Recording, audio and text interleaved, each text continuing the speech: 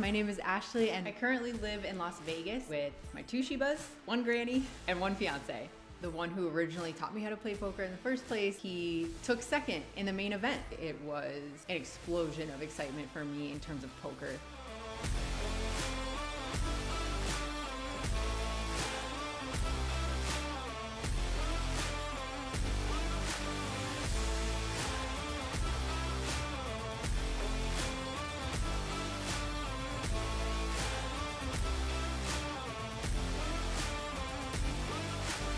Ashley's going to be a two-time champion tonight.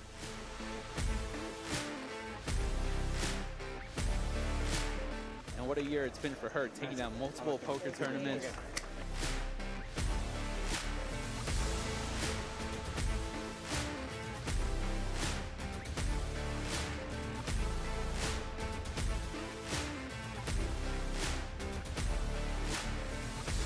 Yes, we're at the final table.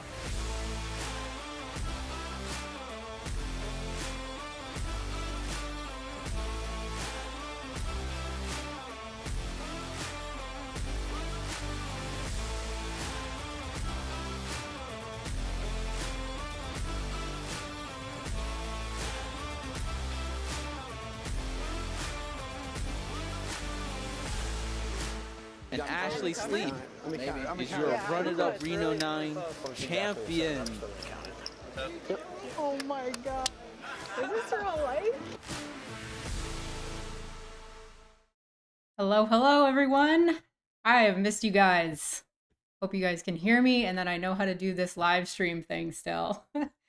We're already in the middle of a few hands, so hold on, let me get some tables going for you. Here we are, middle set, 3-bet pot, bet twice, and betting the river. See if we get called. No, we got a full, oh, sorry, middle set. We have a full house. Sorry, I look away for 1 second and forget how to call the hands. Anyway, a lot of familiar faces, familiar names, I should say, in the chat. Welcome, you guys. Thanks for coming to this last minute stream. Somebody mentioned it's at the same time as the Hustler Live, which, yeah, I get. But this is the time I play poker, so I'm just going to stream it whenever I feel like streaming, and today was the day. I just felt like it, and feels good to be back in the online streets, I have to say. So welcome back, you guys. We're doing things. We got lots to talk about. The World Series was a whirlwind. It came and went so fast. Lots of excitement. We've got 3 tables up right now. I just want to get that out of the way and then I can talk to you guys in the chat.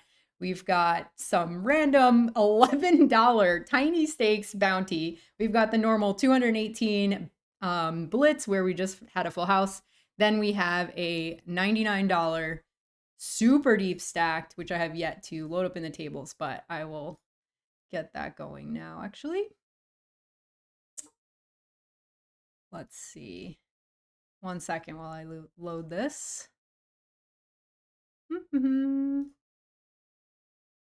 Yay. Okay, was that it? 1. That should be table 2. My bad. 1 sec. And table 3 should be the blitz. Perfect. Okay. All right, so this, let me just make sure we're all good. Wow, it's like riding a bike for the first time in years. Feels good to be back, though. Missed you guys a lot. Sometimes the World Series, when you're busting day after day, you're just like, wake up, eat, do your thing, go play, bust a lot in my case this summer, come home, sleep, and have to do it all over again. And in between, vlog about it and relive all the bust outs in between. Can get a little lonely, so I'm happy to be here to hang out with you guys for a little bit. I see Greg's in the chat. Thank you so much for popping in already. We got Stranded in there. Hi, guys. So happy that you're here. Yeah, Stranded went deep, made day 5 of the main. That's pretty sweet. Does not happen often, so glad you got to experience that. This is Under the Gun versus Small Blind, so I'm just going to c-bet my gutter. Backdoor heart draw. This is a bounty tournament, so I have them covered too. So extra sweetener in the pot. I get there. Whew, this is a lot to keep track of. I forgot how hard this is. When you get into the flow, it's fine with managing all the things, but we'll get back in the swing of things. Just gonna be a pretty chill stream tonight. There are a lot of stuff. There's a lot of things on global because they like to do stuff in series. So right now it's the GOAT series. That's why I'm playing this tiny little $11 because you could win a cute little GOAT trophy, which is fun.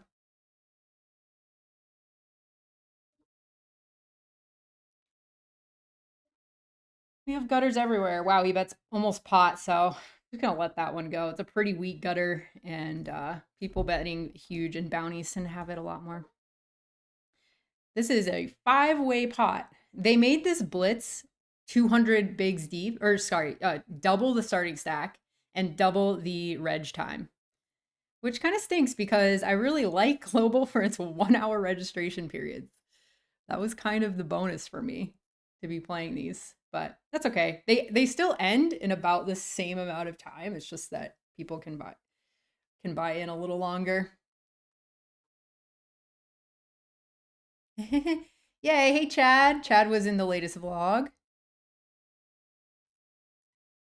If you guys missed that one, that was a lot of fun. Obviously not a lot of poker strategy. It was just a highlight, a fun event. It was really special to me because I got to bring my grandma along, who you guys have hung out with in the chat, Miss Shirley Kelly with the purple hearts. I got to teach her poker for the first time. She never even played at home or in a home game, nothing. So when we got the opportunity, I was like, all right, come on, you're gonna be my date. And if you brought someone you got to that was brand new to poker, they entered you into a raffle essentially to be able to win prizes. So it was a really cool concept. I hope that they do more of those in the future, and that I get to be a part of it because that was really, it's fun to break up the series with stuff like that. Social events that it's not so serious. Poker doesn't have to be so serious. It can be fun too, remember? Somebody said they saw me walking towards the bathroom and they didn't think it was a good time to say hi. Sorry about that. Sometimes I get into like focus mode, and especially if there was a ton of people that day in the hallways, kind of weaving in and out. You can always just wave hi real fast. Sorry, I missed you.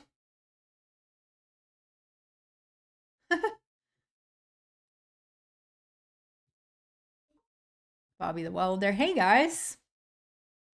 We're back. We're doing things. You know, this summer when I busted the main, sorry I keep messing with my hair. I'm gonna put it up so I get it out of my face. But this summer when I busted the main, it was unlike any other year before. I obviously was sad, but after about a day of being sad, feeling sorry for yourself because you didn't win $10 million, once you get over that part, I felt really motivated. It was almost like somebody pushed the reset button on the year, and it's like we have a full year to get way better by next summer and do it all over again. And so I have been studying my butt off. I've been using, a lot of you asked what I use to study. I use GTO Wizard, I use Floptimal, I use ICMizer, and then a couple of books here and there that I've already mentioned in past streams. Bunch of stuff. Mental game of poker. Always got to work on the mental game, especially during the World Series. So, those are all the resources that I currently use. And it's been very refreshing. I always find that studying and having a particular set of things that you're working on in your game is the best get over your downswing thing to do. The best remedy for being sad because you're on a downswing. It just focuses your energy on all of your effort. I keep repeating that to myself. You can't control the results. You can only control the effort. So I'm going to do my freaking best in terms of in the effort department. Put in a lot of work and see what comes out the other side. Plus I have sort of like an end goal. Okay, let me back up. First of all, I have about 6 months goal, like a 6 months long goal that I have. And I'm going to show you guys this. I know I'm on the internet, but like, This is kind of embarrassing, but I kind of took a page out of Kmart's book. Kevin Martin, if you guys don't know, he streams on Twitch. And he does this thing where every once in a while he goes through these studying spurts. And he posts a lot about it. And that kind of inspired me to do the same. He basically just puts a sheet, puts a grid, and has an hourly goal that he wants to make where he will, let's raise this up. He wants to hit a certain amount of study hours for a certain period of time. And that's what I'm doing. I'm going to aim for 250 hours of studying by the end of this year. What does that look like in terms of a grid? It looks like this. 6 months to beast mode. That's what I'm calling it for myself. Anytime I look, this goes up on my little magnetic board by me, but I'm copying him because so each one of these little squares equals an hour, and I just cross it off, and then you can see sometimes I don't finish the whole hour, so each mini square equals, oh, now we gotta fold. Each mini square is about 15 minutes, so it's just a great visual. I can see how I'm doing each week. The line down the middle is helping me visualize, like, this side is 1 week, 2 weeks, 3 weeks, all the way down. Totaling 25 weeks, so not quite 6 months, but you get it. That's my major studying goal. And hopefully all of these spots that I'm really drilling and working on will just start to seep into my brain and become part of my game. And in 6 months, maybe I won't recognize my play from now. Hopefully, that's the goal. Hey Phoenix, welcome back. Yeah, it was a lot of fun. So hopefully that event, the WPT event. So hopefully more to come.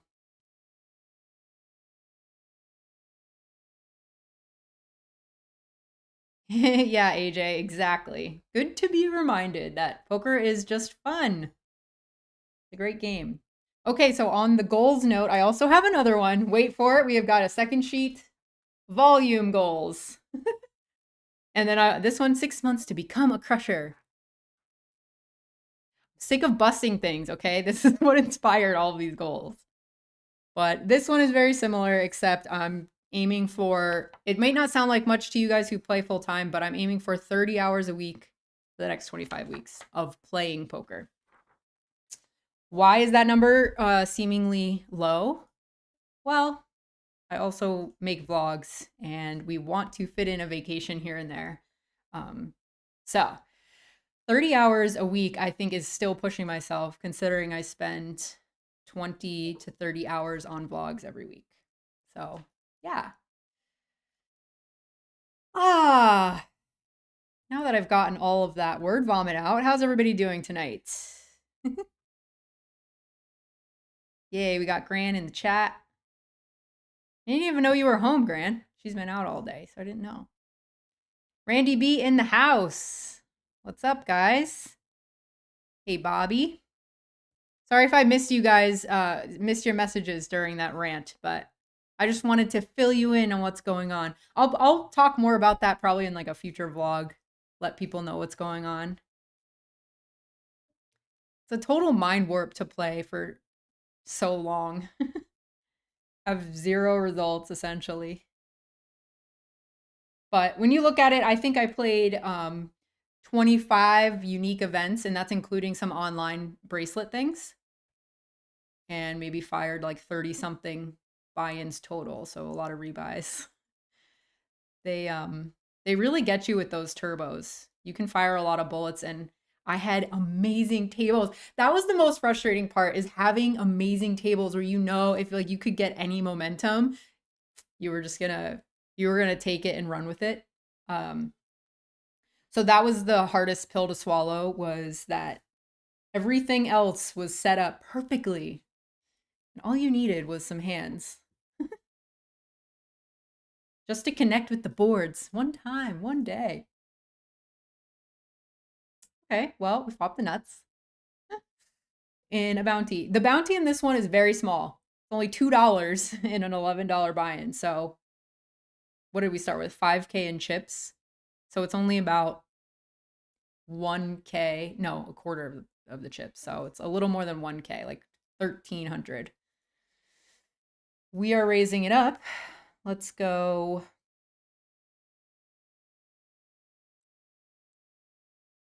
Is that too big? Whatever. I don't have time to backtrack. We're going with it. Just the nuts.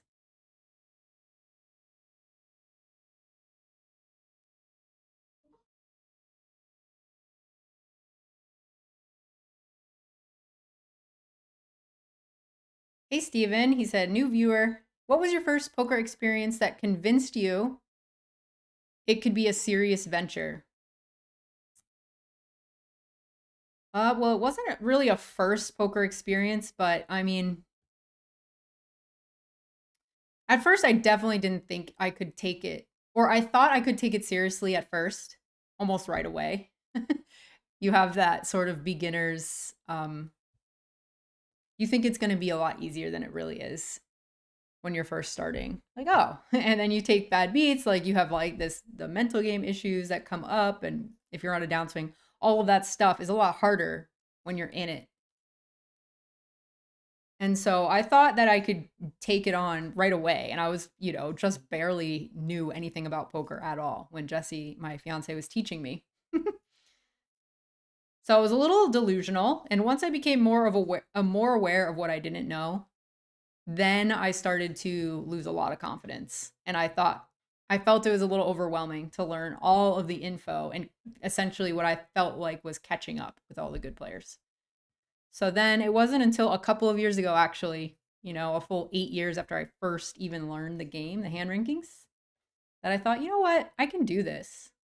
It also helped that during the pandemic, Jesse and I started a sort of stable group, and they were playing a lot online. We had a lot of coaching sessions over Discord, and you got to hear the thought processes of a lot of different pros and a lot of different people who were winning consistently online. And I was like, oh, I mean, I'm holding my own in conversation with them. And that gave me a little more confidence.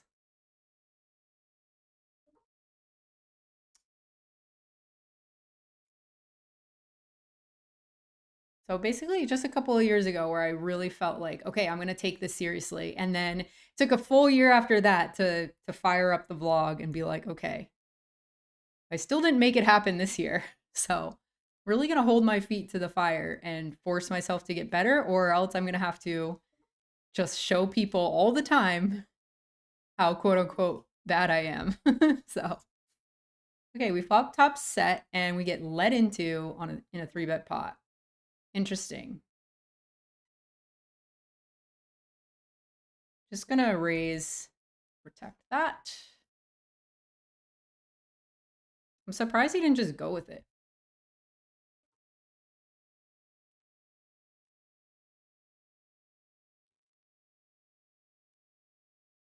Yeah, I mean, this obviously is not a great turn card, but we have a lot of outs against whatever he has. And if he had a flush draw, I'm surprised he wouldn't just go with it, considering he has like a bounty on his head. But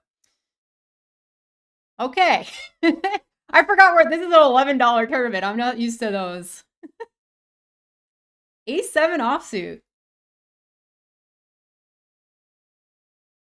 First of all, he peeled that pre. That was a 3-bet pot, so he peeled that pre out of position. Wow.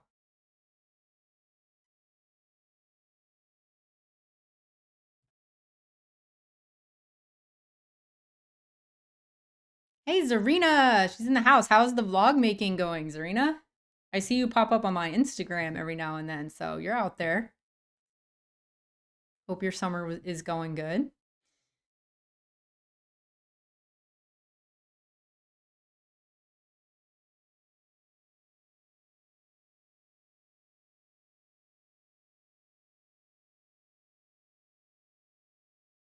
All right, now we get pocket jacks.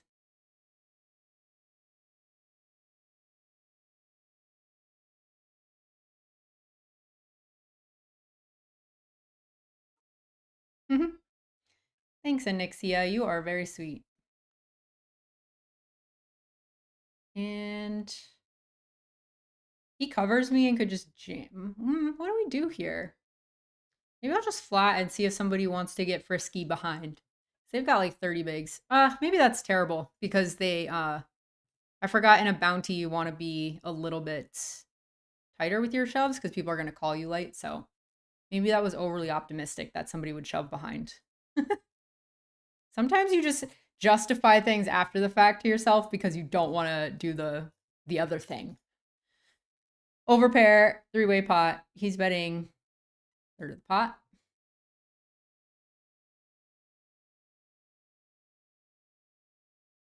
Who's this guy? Lockman 84. Not sure how they play in these $11.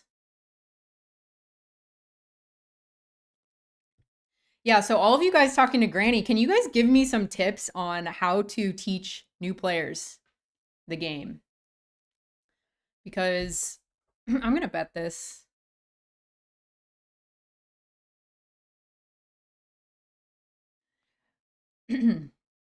Because teaching new players is really hard. I didn't even know where to start. Just basic, what are the blinds? What are they for?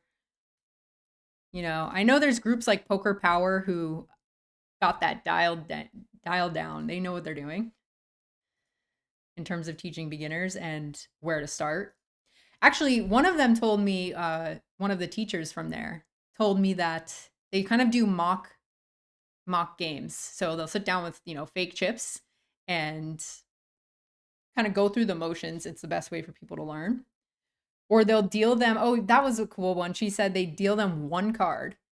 So you just, if you get an ace, you have the best hand. And so you know to 3-bet it. And if you have a deuce, you know to fold it. So they just give you just the one card.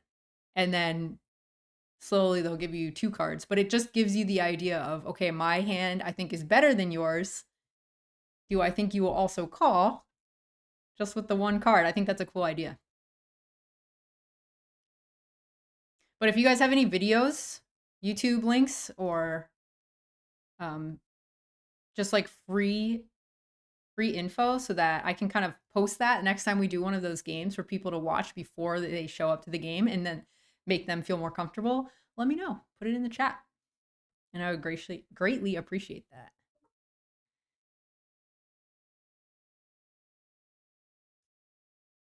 Global poker is paid play money? Yeah, essentially. You buy sweeps coins or something like that, and then it translates to dollars. And that's how they get the legality, I guess. The okay money. Good evening to you. How is the poker coming along this evening now that WSOP is over with? And what changes can you make for next year? Yeah. It's always the next thing that you think, ooh, we flopped the nuts over here.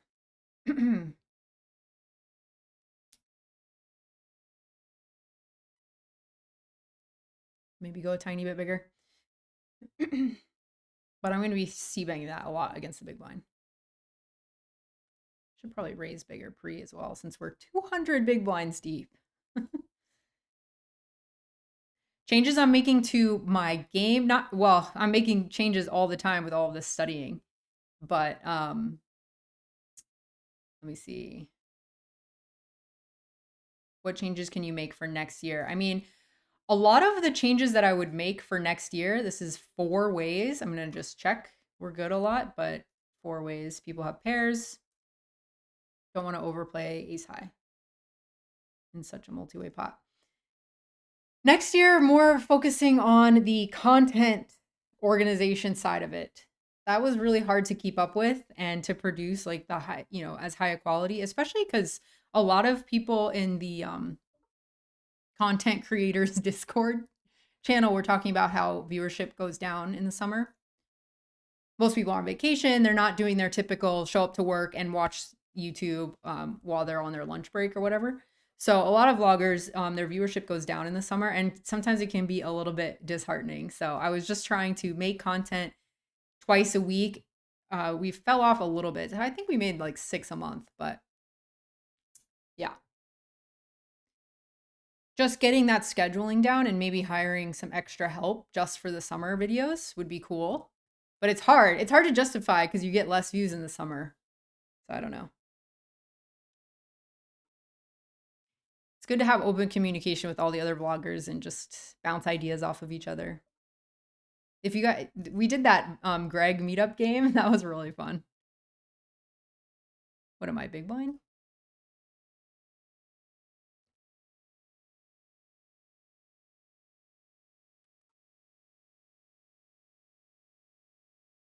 Zarina, yeah.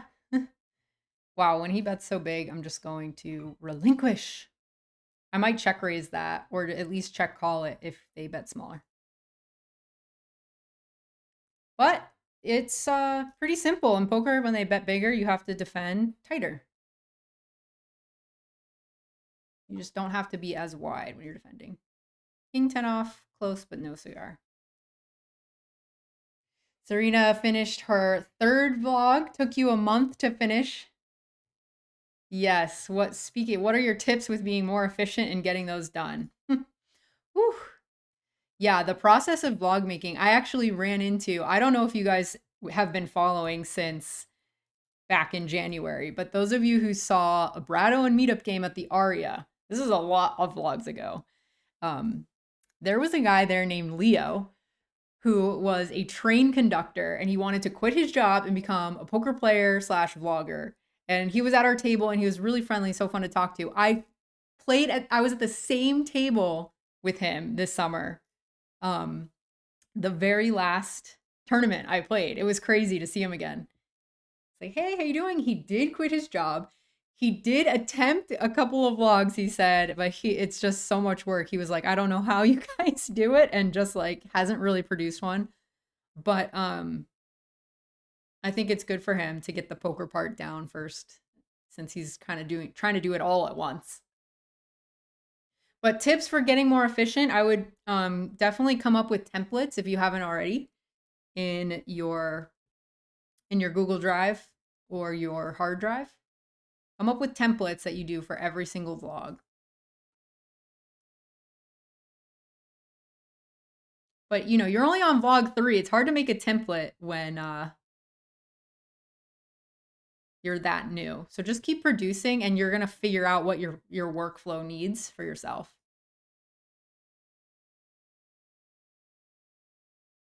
We got 7, so we're gonna raise it up in the hijack.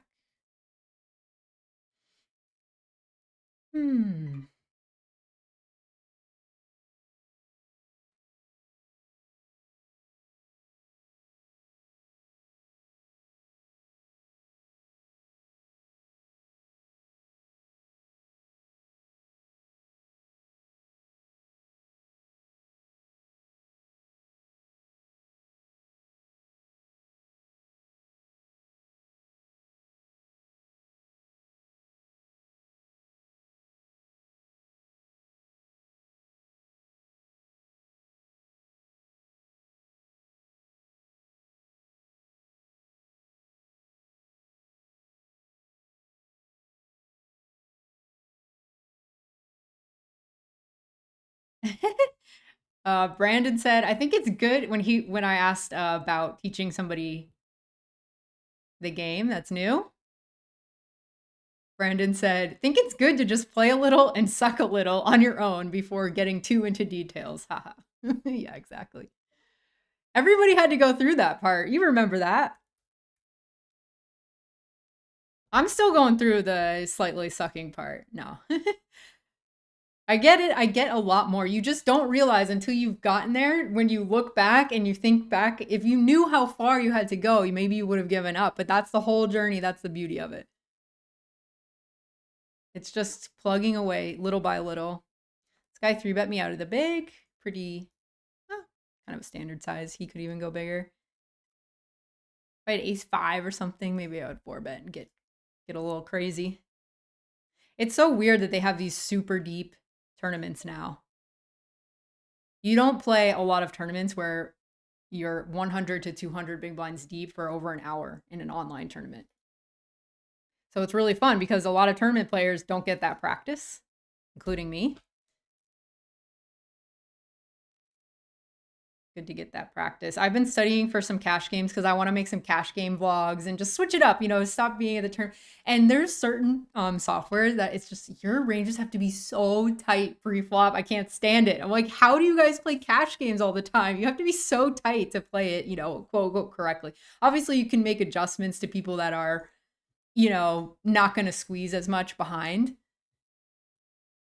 But that's why I always want to add an ante to the game, because I'm like, yes, I can just play the ranges that I've studied. Am I getting too nerdy for you guys? Oh, well. It's who I am at heart. Thank you, Anthony.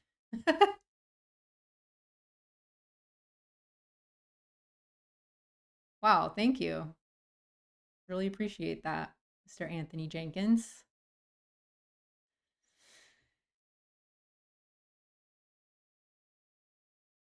Hey, Murray.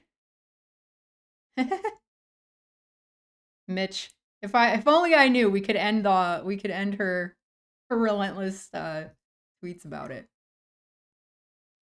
I don't know if this is good, this deep Queen 3 suited. See, we're already finding some spots. I'm gonna actually write down on the side, and if you guys want to see the list at the end, let me know. But just certain things that happen throughout the night. One of the things that I've been working on is using all of these online sessions as practice, right? So whatever I'm working on during the week, I'm trying to execute at the tables. And for me, bluffing, getting these, check raise bluffs in, going multiple streets is a lot easier for me to practice and execute online than it is live. I get a little distracted and I get, I don't know, there's just something about it. So if I just drill it enough so where I have it down pat online, I know I can bridge that gap to the live setting where I'm just like, okay, this is what you've trained for, basically. Anyway, going back to this list, I'm just gonna make a list of different leaks that I find. And then after a couple of days, when I hop back onto one of the softwares that I'm using to study, those are the spots that I'll drill. And I'll just prioritize them by how often they happen. So right now I was going to write down 100 to 200 big blind deep poker, tournament poker pre-flop ranges. But honestly, at the end of the day, that's going to take a low priority to most other things on the list, I would imagine, because it just doesn't come up that often.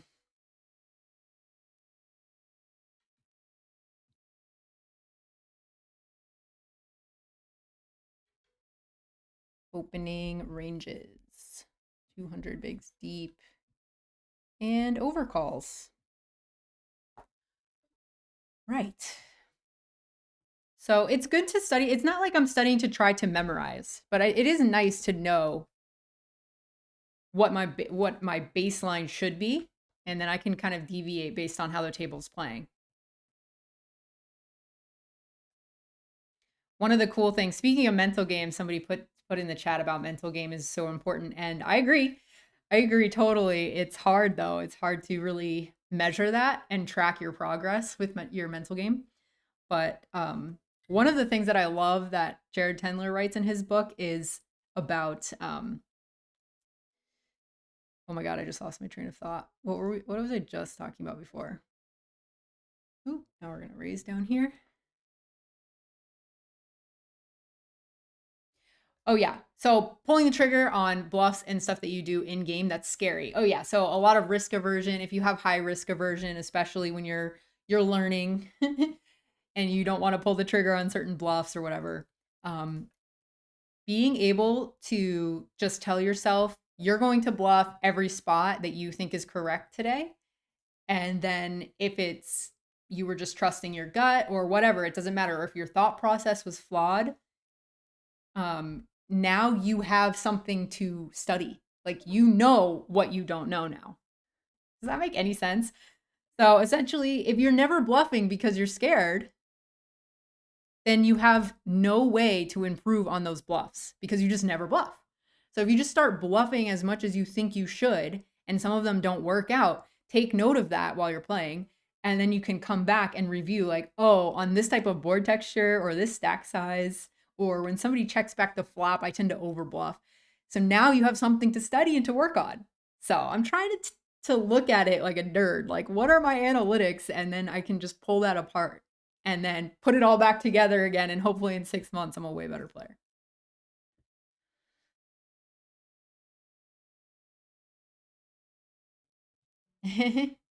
All right, Zarina. Yes, good luck in your sessions tonight, guys. I saw Chad was headed down there too. Good luck, Zarina. Middle pair, but it's pretty... I'm going to check this one back. That's a nice turn.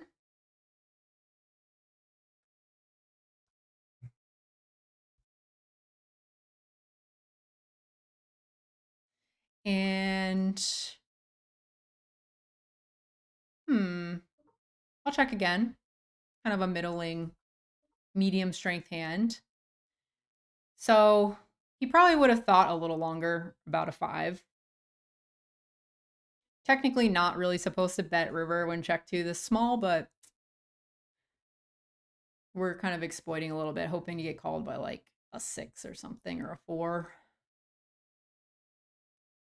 That might have been a wee bit thin. But I think most players would have, he would have bet an 8 on the turn or bet something better than me. He could have had a better 7, so that's the only thing I was worried about.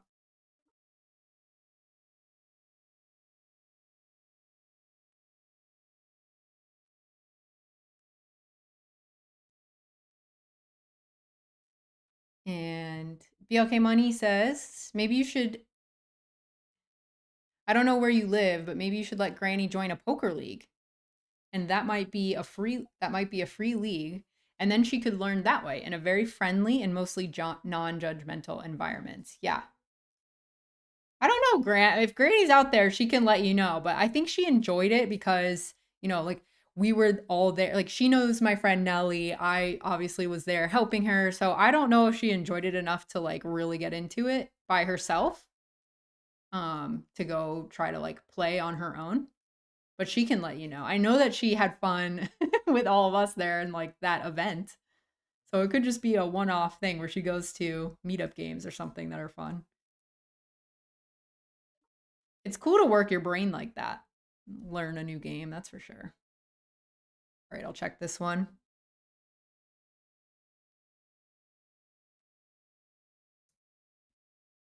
This would be a cool kind of check raise. I mean, not a check raise, just a raise.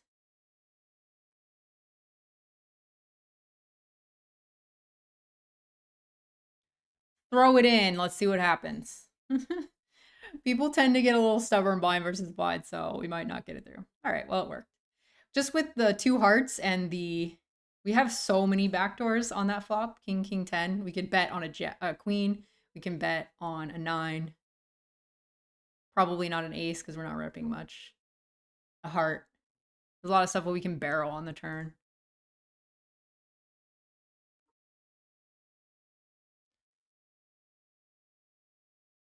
When I think about it more deeply, though, maybe that wasn't great because a lot of those cards complete stuff that he would bet call with. So maybe that was terrible.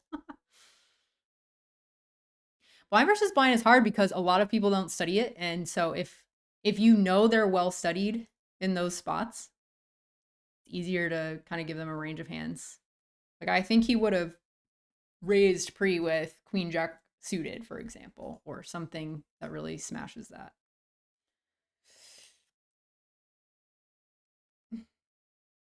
Mr. Sadie, hello. Welcome.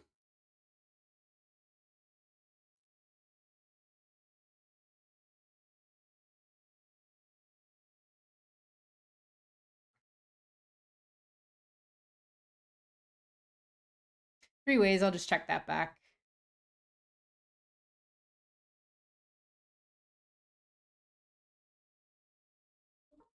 Oh, nice. Greg and Zarina are having a little meetup at some point. That's fun.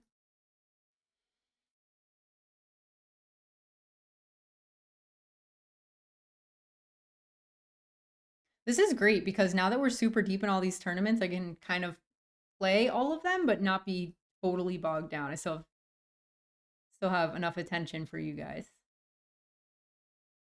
without timing out. That's one of my goals with live streaming. It's like do the action and then explain it to you guys. That's what I learned before.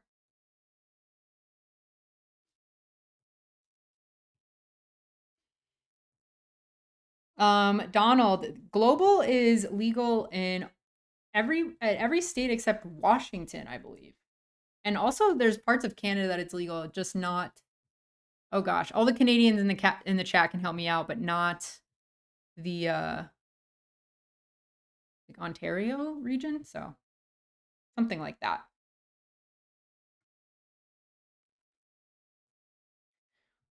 I guess I should throw out this is not legal advice or anything like that about that they are legal. I don't know. I mean, I know you can get money back off.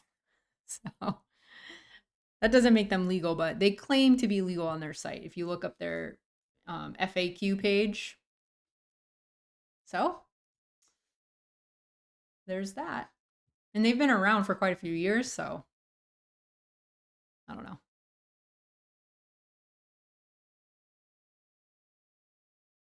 If we could just get online poker legal everywhere, we wouldn't have to have these questions, you know? Be really nice one day. Nixia, you're in the $11 tournament I'm in? All right. Good luck to you.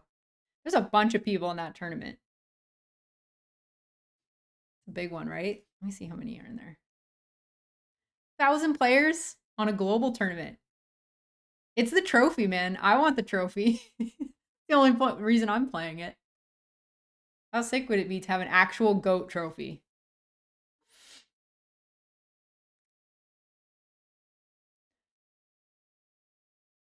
I'll put it right on the shelf as Jesse's walking over to his office. Let him know. Who's the GOAT in this house?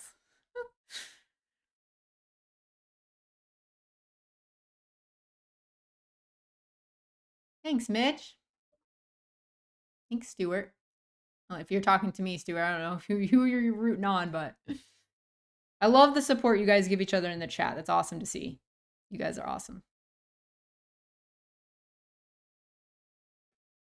We've got Ace King down here. Gonna give that a raise. This guy is a reg, Penta.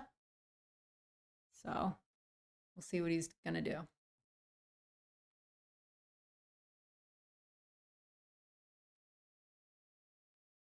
One huge thing to study if you're gonna play live a lot is multi-way pop. They are really tough to get right.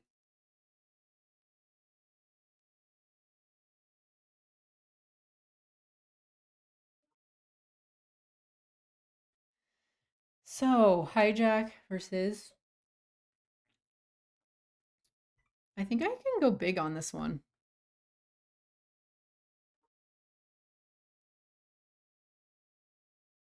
Especially with the ace of diamonds. See how that works out. I studied this with cutoff versus early position with cash game ranges. So this might be total dust, but we're going to go for it. Well, he folded.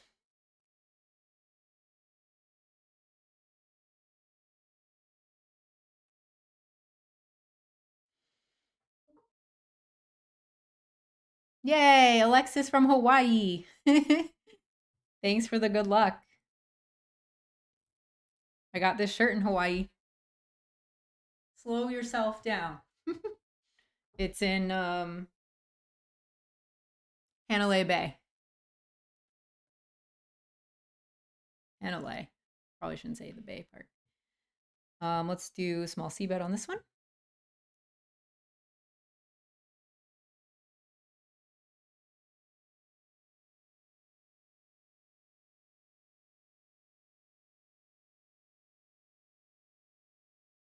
Noob said, Granny is from your family? Yeah, she's my grandma.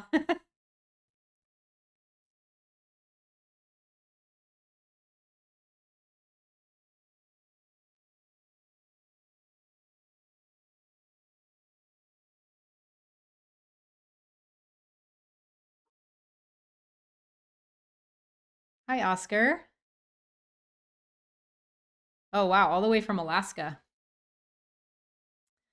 Guess I will fold this ace high now that we got to the river that way. Take a peek at the lobby in a bit and see if we could add one more table. I know there was stuff registering. I took a peek at the lobby earlier just to see if there was anything interesting to stream for you guys tonight. And there were a couple I think I could register for probably up until around, let me do 8:50.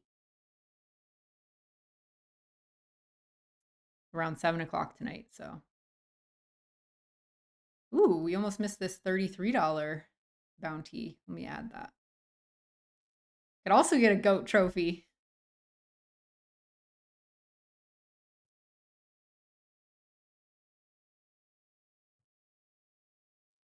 Maybe I should just ditch all the studying and make my poker goals be to get all the trophies. Gotta catch them all.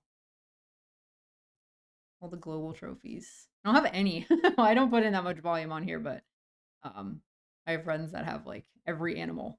It's pretty insane. We might have talked about this on the stream before, but I want to get every casino to make mini trophies that are just mini casinos. And then you can collect the whole strip. That would be fun.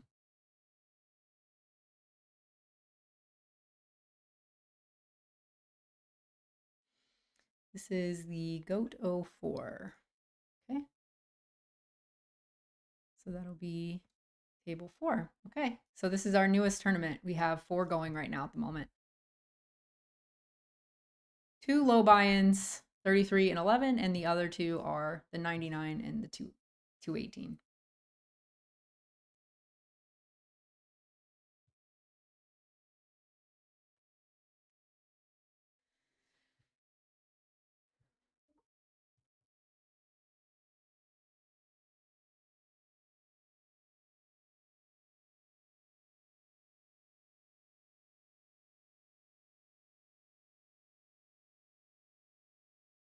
Thanks, Arena.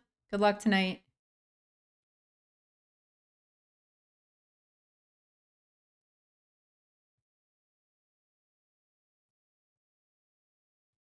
Oh, nice, Mr. Sadie. That's cool. I know. I need to fire up ACR again. I at least want to play on Sundays when they have their massive field tournaments. But especially while live streaming, it's nice to just have one site going. Even if you're grinding a lot of tables, it's nice to have only a couple of sites at a time. Once you start to get to 3 sites or more, it gets a little tricky. Misclick a lot, or at least I do personally. All right, so we limped. Gonna call this.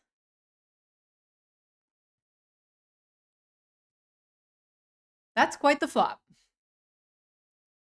Bottom pair, second nut flush draw. This is blind versus blind. I limp called pre. And I think I'm just gonna call this, especially having a pair.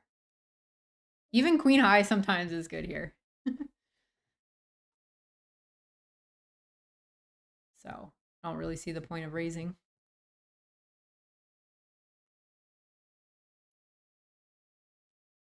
Hey, Aldinho. He said, hello, Ashley. Greetings from Germany. 2/3 pot on the turn. I still think I need to call. Because I don't just have flush draw outs. I have like 3, a queen, all that kind of stuff. So we bricked out, unfortunately, but sometimes we get there too, so.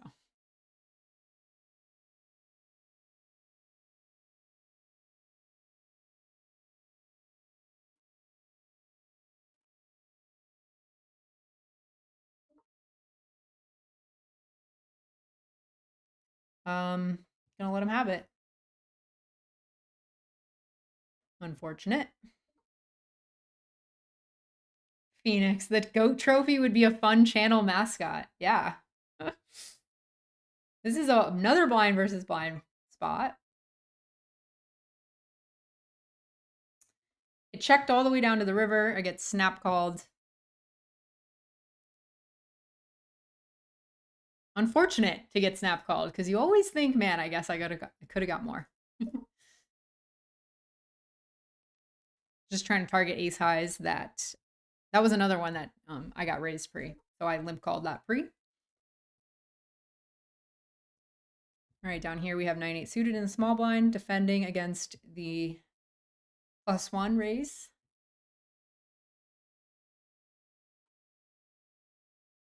Ooh, that is a flop. This is in the blitz too, the 218. Extra sweet. Silver Truther said, what is the difference between cash game ranges and tournament ranges? Let me win this pot real quick.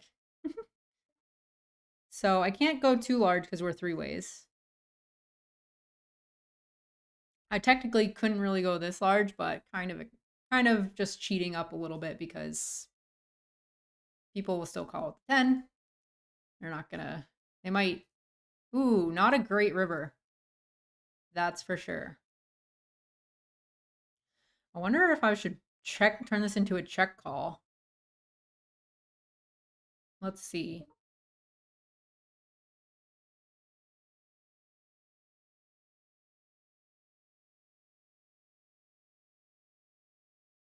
I think I'm gonna check call this one.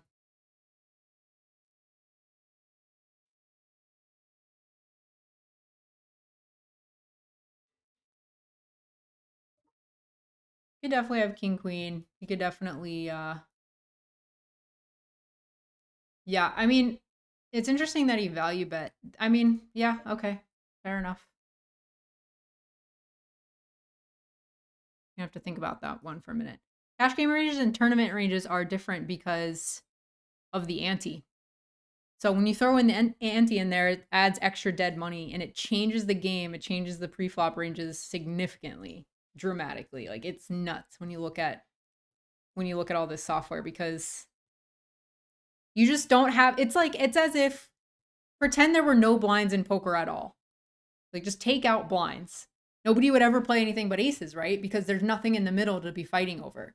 So you need blinds to instigate action at all besides people having the nuts. So it kind of take that one step further. When you add antes, it makes it even more likely like you're going to open weaker hands to chase the dead money. And so when you play tournaments for so long and you're opening these wide ranges, you're 3-betting all these wide ranges, you're peeling from the big blind super wide because of the ante and the price you're getting, to all of a sudden switch over to cash games and have to take it down a lot of notches. Sometimes can be a little boring. You just have to develop your patience muscle again. In this pot, he's under the gun, opened. I'm in the big blinds. I think sometimes you could raise this and sometimes you could call.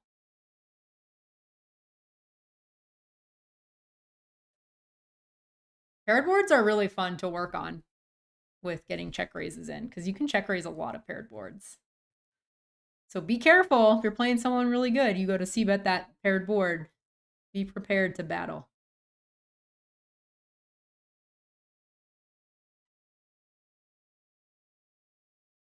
I'm going to call this.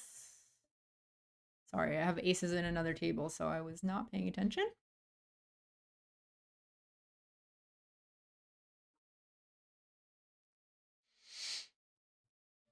Once we get to a flop, I'll show you the aces hand, but we'll just play this hand out to the river. Damn, he went 3. Well, can't fold this one, I don't think, even though it stinks. Right? Yeah, that stinks. All right, so we got called. Ooh, let's go 3K. Man, that stinks. He had a king.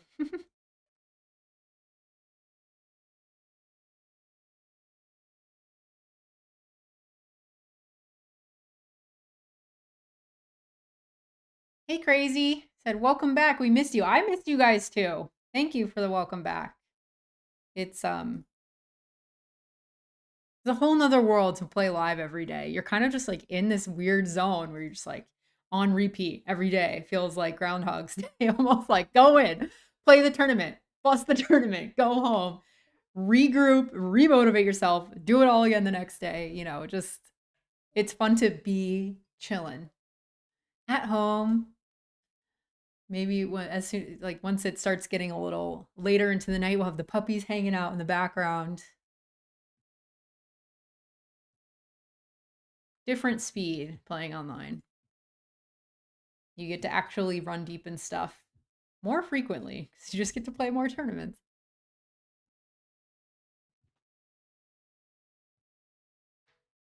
Mark Bauer. Yeah, exactly. See, he said the win trophy are fire. They are because they look like a mini win. So cool.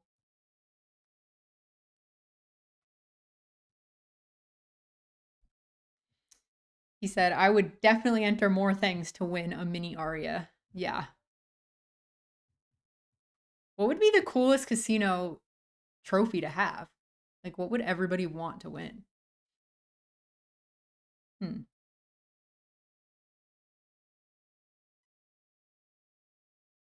We're in a pot down here. I 3-bet him pre. This was the flop. I bet big-ish on the flop. And I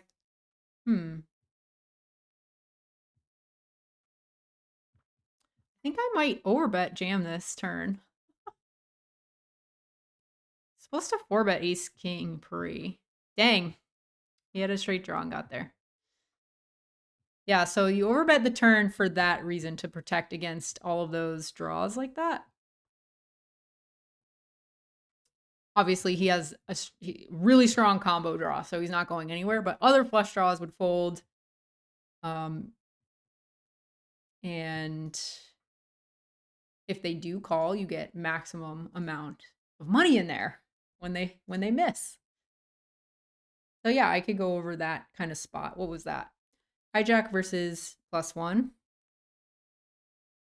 Hijack versus +1.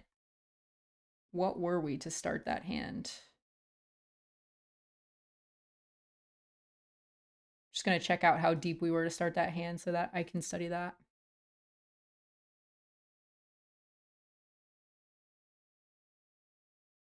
Randy B. Yeah, if I could get some free sparkling waters from Whole Foods just by holding it up, that would be great. I go through a lot of those. Okay, let me just check out real quick. Yeah, so that was +1 opened. I had king queen off in the hijack and 3-bet. We were like 75 big blinds to start on a 2 Broadway flush draw board. All right. And I have king queen. I know it sounds really specific to write all this down, but then when you start finding boards where you're unfamiliar, or you're not unfamiliar, but you're feeling a little uncomfortable or unsure, you can just study them a bunch in a row on something like GTO Wizard. And then now you feel comfortable in that spot.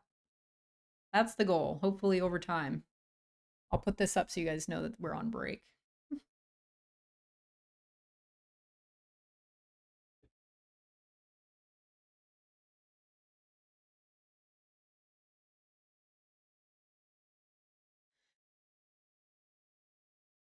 Ooh, I'm gonna have to think about that. What was... Hi, Thomas. The OK said, what was the wildest thing that you witnessed during the almost 2 months grind of the World Series? The wildest thing that I personally witnessed? I definitely wasn't there for the Stampede. So I didn't see that, but that was certainly the wildest thing that happened. Right at the tail end, the very, last weekend. Crazy. Stampeded out of there. Daniel Negreanu posted his hand, the injury of his hand. That was nuts. Still nobody knows what really happened. Crazy. Good evening, Ben. Is that your real last name, or are you a big Breaking Bad fan? Who's just rewatching that series, so funny to see that. Hello, Pedro. Pedro Rigo /Poker Vlogs. Nice. What poker vlogs do you make, Pedro? It's pretty cool.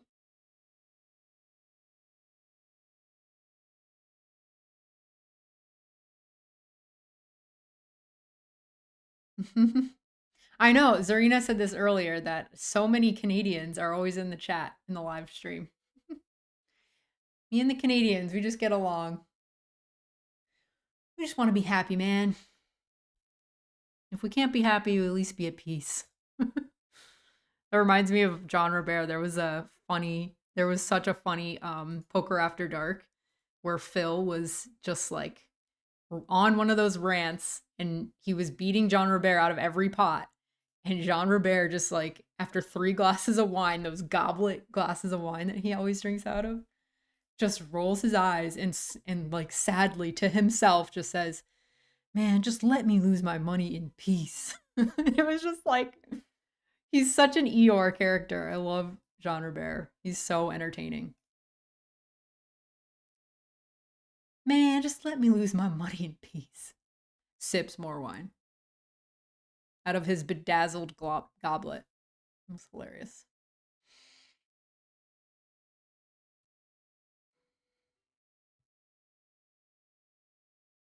Oh, Raphael, that's a good one. Hard Rock Guitar Trophy, for sure. But they already have that, don't they?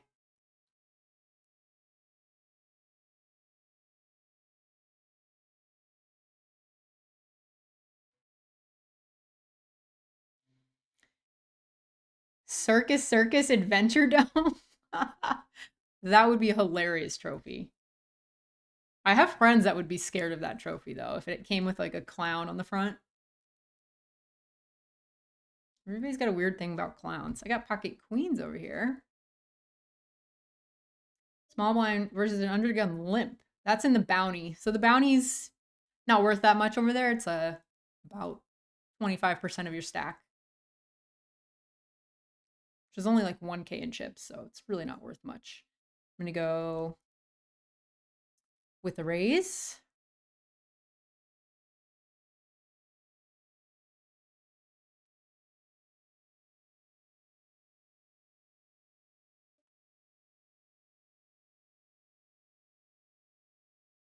Whoa, that's a good flop. How do we want to start? I mean, our stack to pot ratio is pretty small, so we're pretty low. So we can just get it in pretty easily. If I was deeper, I would bet small on the flop.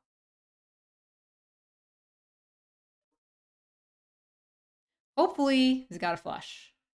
That would be great.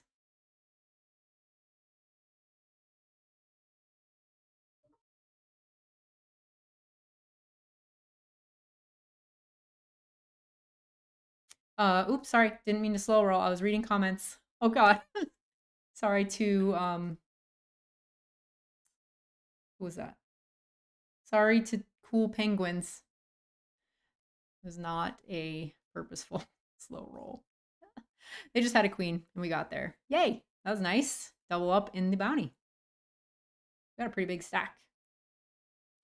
So now we can get some bounties. Let's do it. I'm terrible at bounty math or just like figuring out the ranges on the fly. I always like lean a little too tight, but I'm trying to work on that. Just being like, all right, whatever. But this bounty is so small that it kind of is okay to not be too crazy wide.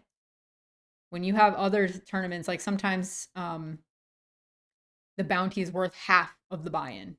That's a huge bounty, and you're gonna really want to call wide.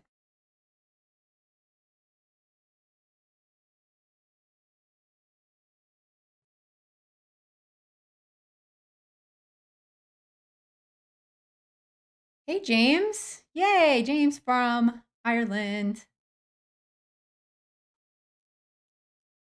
Nice to see you back. I'm sure you have to go to bed, right? Pretty late for you.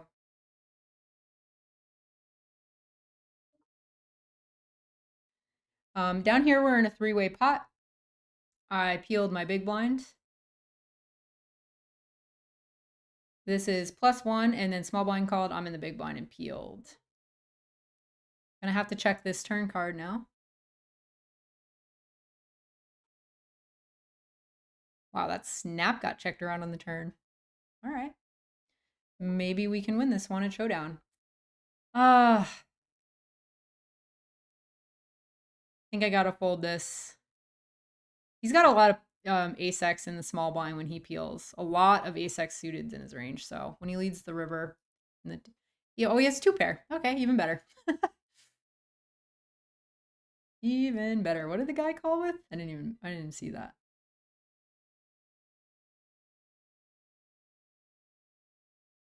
The guy called him down with pocket sixes? Woo, we got a non-believer on our hands.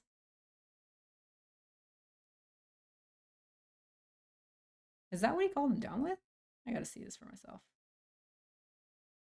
We're taking it to a new tab.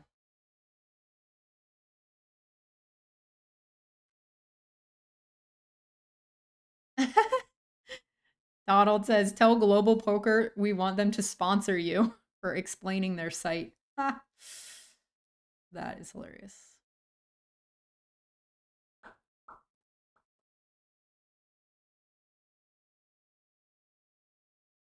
We're up here now. This guy is a tiny stack breed. He only had like 5 bigs, so I'm not sure. But we're getting it in with him. Oh man, he flopped the deuce and the nut in the second nut flush draw. Unlucky.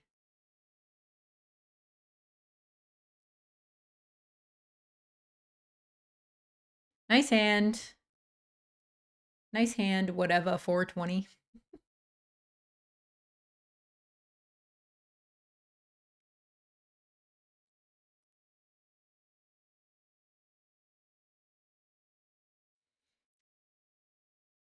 I don't know. Is it weird to be sponsored by Global Poker? I feel like so many people are always like, are they legit? Is it a real site?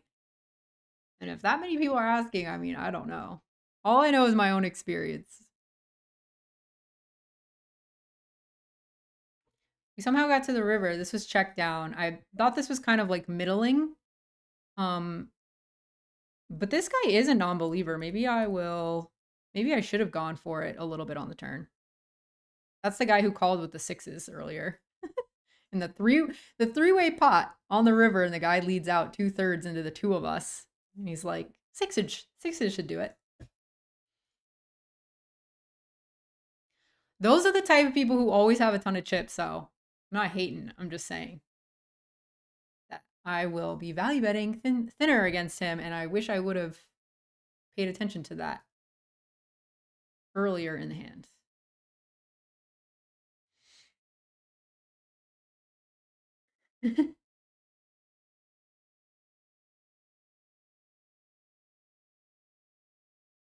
Rohan, I was certainly negative for the WSOP. Lost about 15K. That's not actually that bad, to be honest. But had 10K worth of cashes. Still in the negative, though. 2 overs and a gutter. Let's go kind of bigger on this flop. That's not the one. That's probably pretty good for him, right? Lower cards. That's definitely better for him. He's got all the 7s when he check calls. And I can't even call this 1100 chip bet. Nice hand. We will meet again soon. I have a feeling.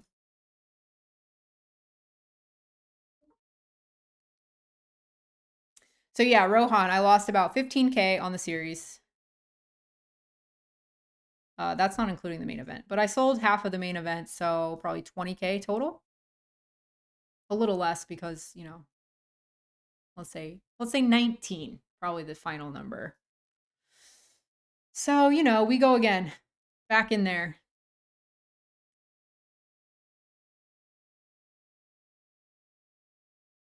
Always a bummer not to have a score and you just see everyone around you. So you just have to sort of feel like try to live vicariously through them and feel happy for the people who are running deep. And just kind of know like, hey, if I ran as well as they did, I can make it happen. And if I get better and I study harder, I'll put myself in a better position to have those results more often. Blind versus blind. Luck kills just limps. I checked. He's c-betting. I will call my middle pair.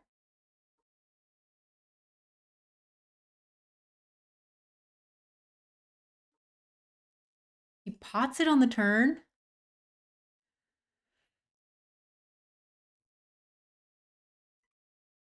Feels bad. I'm going to fold that one. That's not a technical thing that you should do. You probably shouldn't fold just to 2 barrels with second pair, blind versus blind, but man, on global, you don't really see the pot button when they don't have it very often. We could go ahead and give it to him. And if he had something like a combo draw, flush draw, something like that, would leave me guessing on a lot of rivers if he turned that into a bluff and went for it on the river. So just going to bow out. Ooh, we flopped 2 pair. This is a 3-way limped pot in the bounty. This is the guy we just doubled up with who had the king deuce. Try to check raise if he stabs.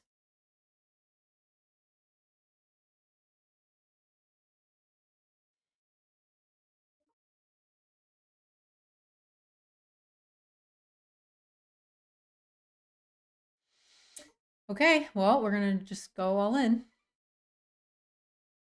Thanks, no skills, just gills. Wow, that's unlucky. Because if he just shoved that pre, he just wins the pot. But instead, he gave us a chance to win the bounty. So that's a little bit of bounty strategy that I know about is you do a lot more shoving with slightly deeper stacks than you normally would have. Like, let's say you don't normally just open rip 20 big blinds. If you're in a bounty and you're on the button and the 2 people in the blinds cover you and are going to maybe shove on you a lot and try to, you know, either get you to fold or have the added benefit of if you call, they can win your bounty. You start just open ripping on that stack size a lot more. It almost is like you're ripping in all your money, but you're lowering your variance at the same time, if that makes any sense.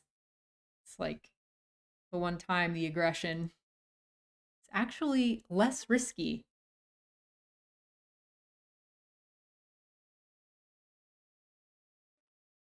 Pedro is mostly 1-3 cash and 2-5. Nice. Said what other sites besides global? I just play on WSOP and global. But I looked at the schedule tonight on WSOP and it was kind of meh. So here we are. I'm just playing on global.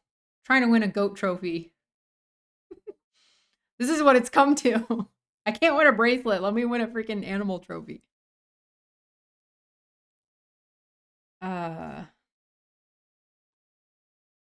Speaking of, let me see if there's anything else we can fire.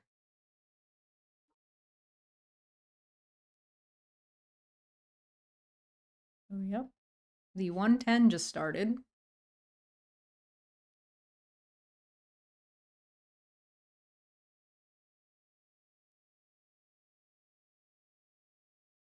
Blind on blind. Okay, this guy in the big blind has raised me every single time I've limped. And he didn't raise this time. I'm shocked. Shocked.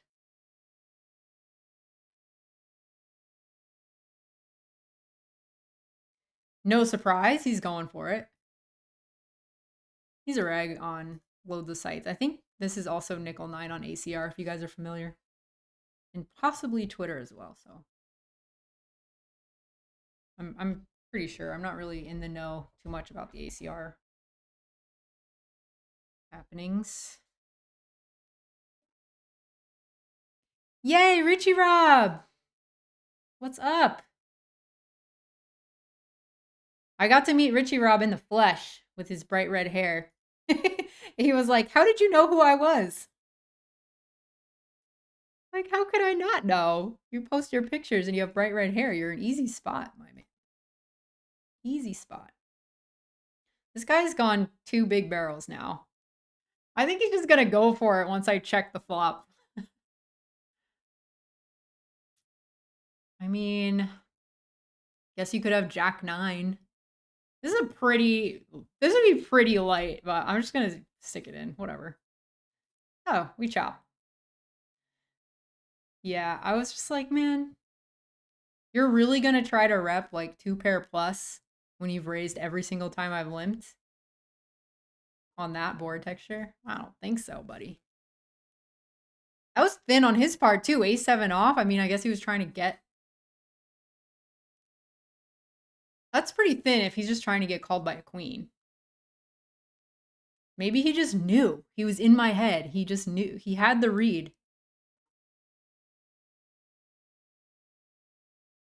He had the read that I was over him. I was going to be calling him down. Just went all in with my last whatever chips from that one hand where we jammed the turn with the king.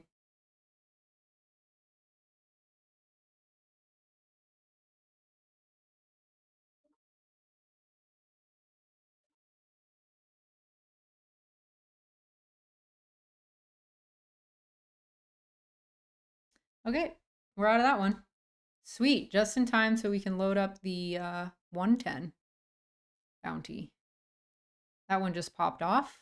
I see a bunch of you guys chatting in there. I'll get to your comments in a moment. Let me just pull this up. Let's see. This is 20 bigs.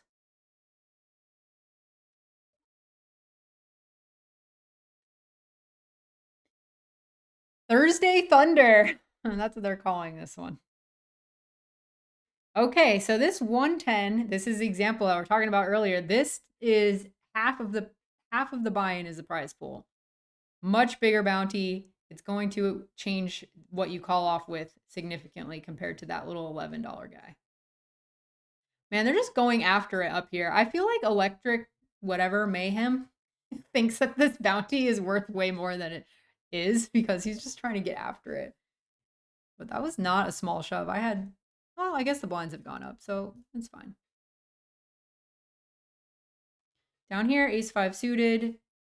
However many bigs this is, I'm going to be 3-betting this.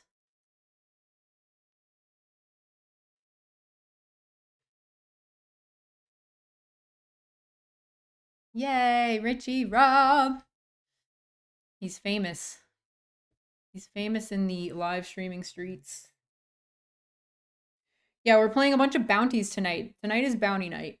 Plus, we have the typical 218 blitz and the Thursday night $99 buy-in.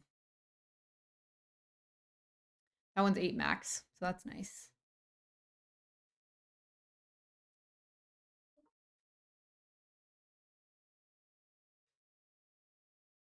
Bye, Phoenix. Thank you very much. Have a good night to you.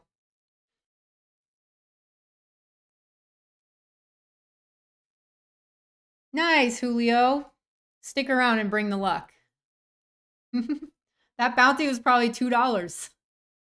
And if you're playing $11, that's huge. That's heaps. Let's just do a few more of those. There's 1,000 players in there, so you can catch a lot of bounties. Oh man, I have 9-6 off and this guy has no chips. These are the oh, sorry, you're not even looking at that. Oh, that guy called. Okay, I'm just gonna fold now. I was like, man, am I gonna have to call his 3.5 blind shove with this? And the answer would have been yes, most likely. But now that that guy called, we're good. Ooh, we would have been super dominated. Hello, Glenson. I saw you commenting before the stream started. Nice to see you while we're rolling here. Oh, down here, look at this flop. This was a 4-way pot. Interesting. Don't really have any showdown value, so let's just raise this up. We have a lot of equity though in this hand. I know this guy pocket whatever is quite the call happy person. Now we can check call. We don't want to overrep our hand here. On this river, again, I'm going to check call. Now that there's 4 to a straight. Ace 7 and ace 10. Okay. Oh, dang it. Did you guys miss all of that? I forgot to add the table. And you didn't miss much, don't worry. Thursday Thunder. Now it's added. You won't miss any more.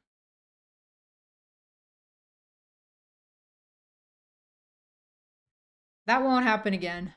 Sorry about that. AEVing made easy. Yeah, the live stream is back. We're doing things. We're going to be working on our game. We're going to be trying to find spots to improve.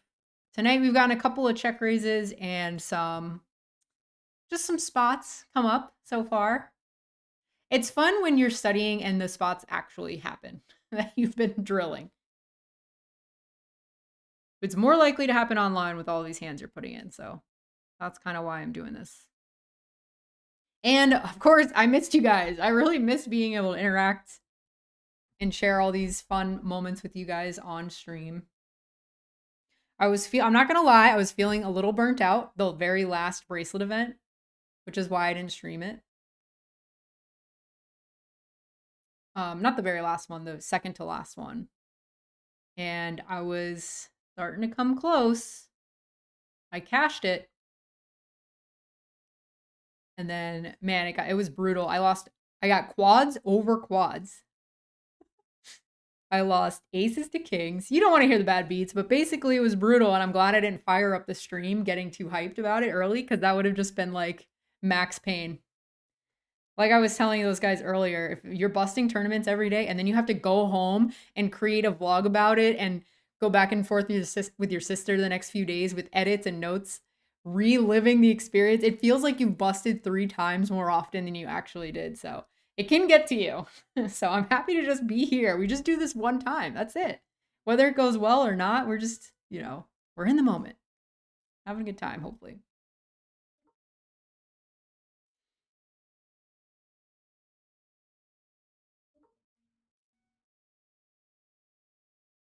Up here we open ace-10 suited under the gun off of 15 big blinds.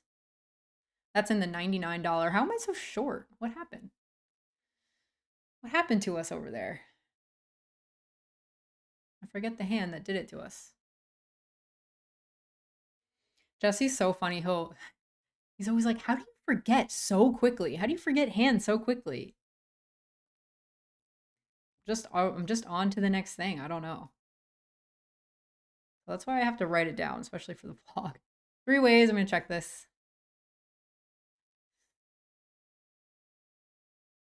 Pretty good turn.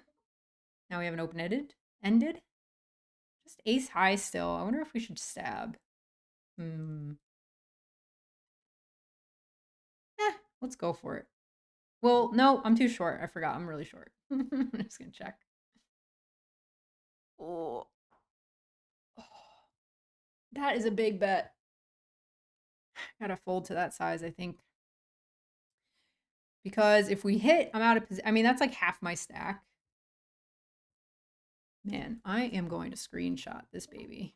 This hand was... I don't know if this hand was my best. I mean, I think the flop check is fine. The turn, maybe I should stab, but maybe not. Then when he bets over half my stack, I don't really have like a lot of implied odds on the river if I actually hit, so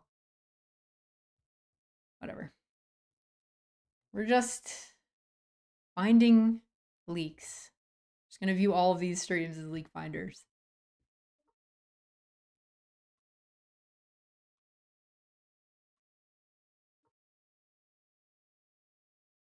Ooh, that's a flop with the 3 deuce off. And gonna be raising.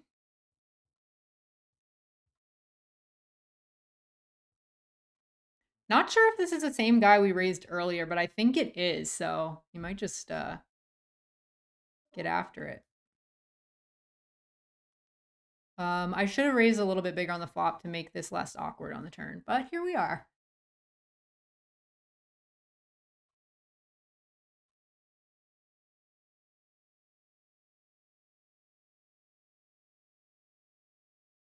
Yeah, everybody talking about where they're playing.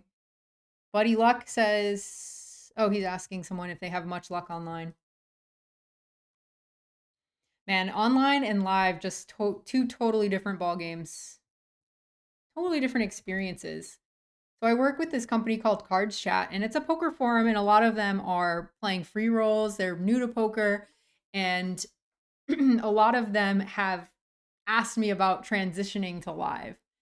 And I'm currently making a video for them as well about just talking about your thought process when you're in a hand.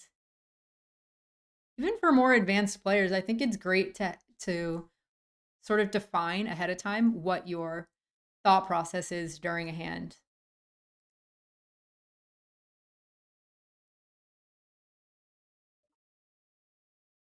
It's good for you mentally. This is interesting. This guy's pretty short. Oh, sorry. I mean, I have Jack 4. He could be trapping. It's the bounty, so I feel like if he had a not a great hand, he would just, but it was like good enough, he would just jam. Maybe that's backwards.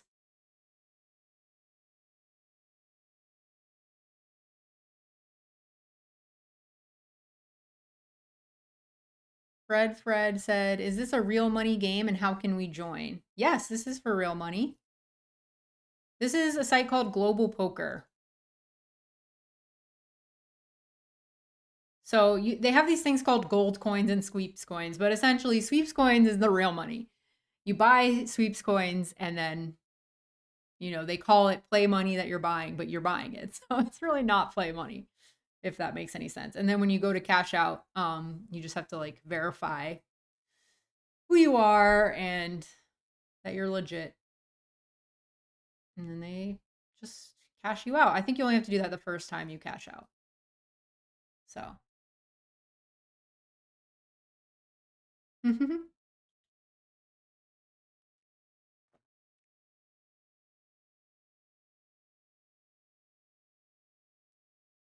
Oh, thanks, Marcus.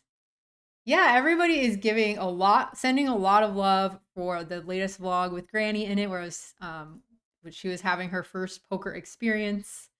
I think as poker players, sometimes we can forget how awesome this game is.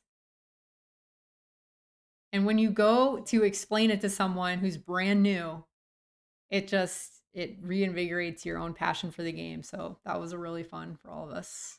This guy has less than 20 bigs, but we're going to be calling that.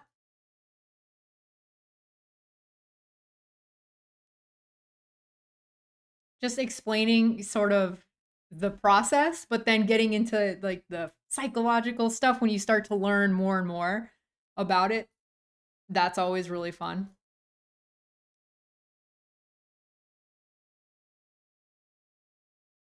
Ooh, that's a turn. Flush draw. All right, we got 4 tables going right now, so if I miss some of your comments, I'm so sorry. Please try again, and I will try to catch you the next time.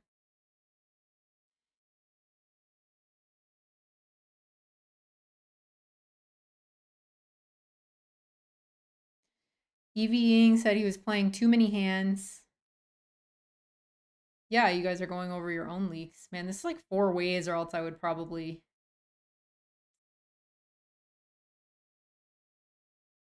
Wow, like I had 2 pair. Slow played that. It's a good slow play.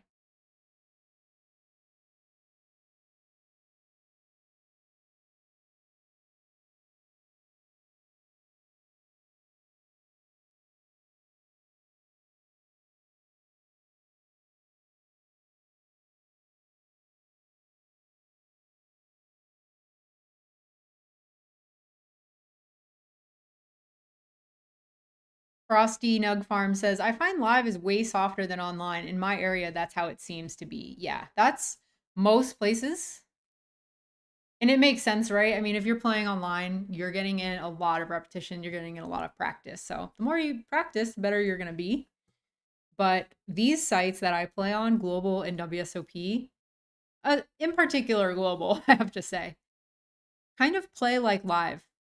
Same sort of leaks or same sort of player tendencies that you find in a live setting. So it helps kind of keep me, it helps the transition be a lot more seamless going from live to online.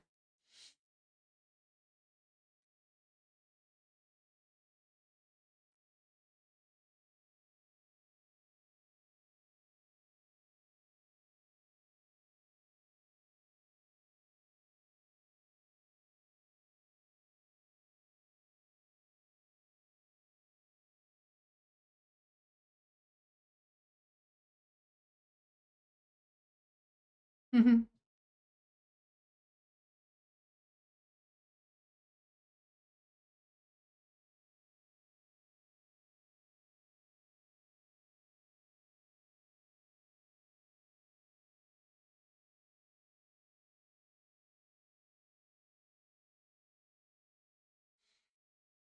Hmm.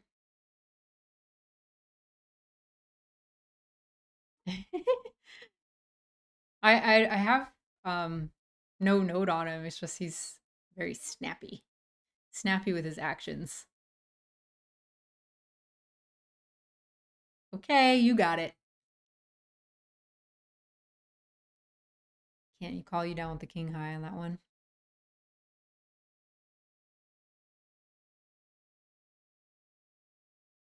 One thing you definitely noticed during the World Series that is different from the rest of the year is how few and far between bluffs come.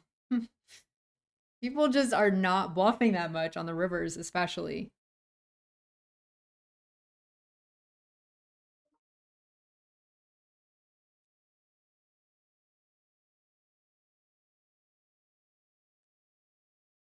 And good luck getting your three bets through. Not a lot of people folding the three bets either, unless you squeeze, like unless it's a squeeze and you make it huge. They did not come all the way to the World Series of Poker to fold.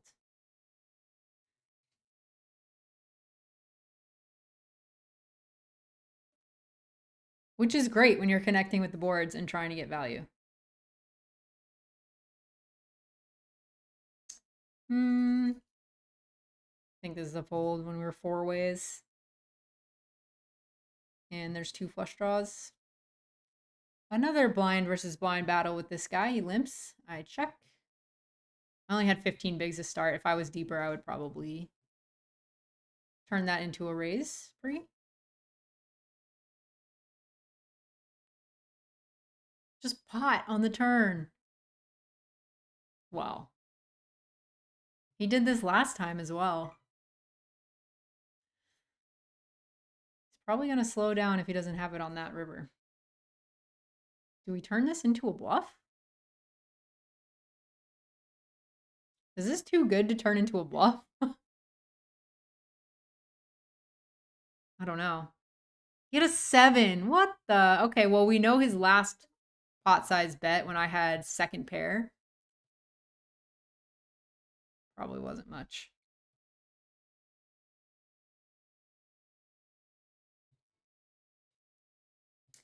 I'll call it a semi bluff. I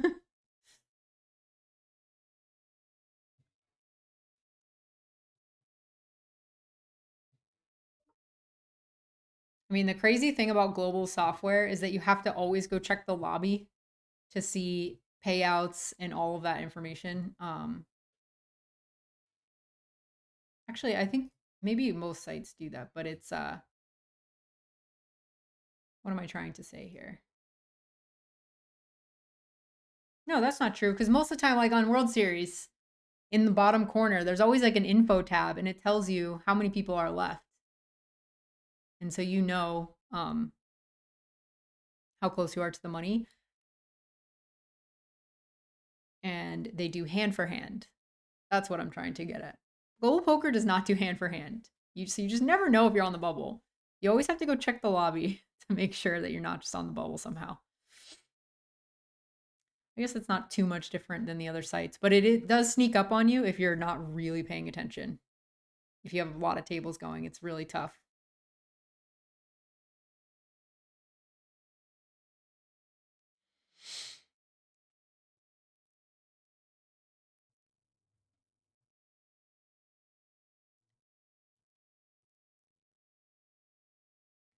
Hi Ashley. It's I like that phonetic thing. He said Dominico. I hope I said that right. Now that you put it all out there for me, Dominico said, "Can we play global poker in California?" Yes, you can.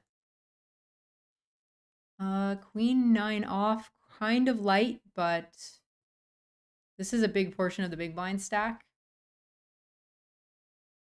and the small blind stack as well. So pretty light though, I think.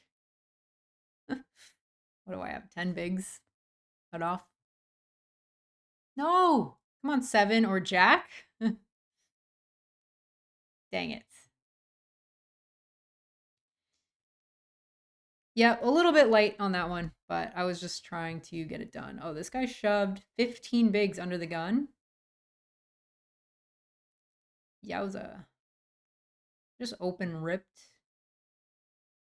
Huh. Normally you see people opening on that stack size and then ripping their good hands like ace king or jacks because they don't want to take it to a flop. So if that's the case, ace jack is not doing very well.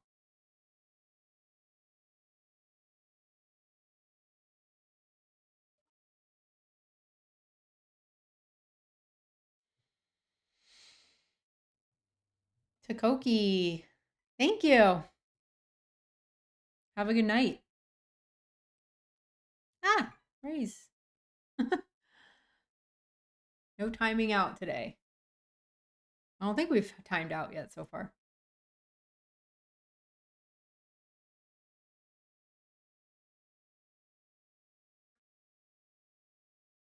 Oh, we're getting shoved on. All right, speaking of lobbies and stuff, wow, 20 people left. No, excuse me, 56 people left in that blitz. Let me check out the payouts. Okay. And is it still in registration? No. Finally, registration closed in the blitz. So this one that I have open right now for you guys.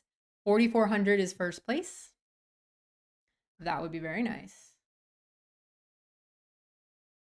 I know that it's pretty popular for people to do quote unquote bankroll challenges and do vlogs about it or do that for their online streams.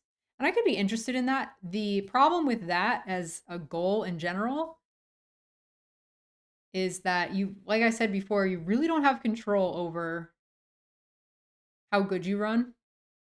So it can be pretty disheartening and discouraging if you continually miss your bankroll challenge. If you continually fail your bankroll challenge just because you've maybe had some bad variance. So that's why I was telling you guys earlier, I like to make goals that involve things that I can put effort towards, like study hours and hours played.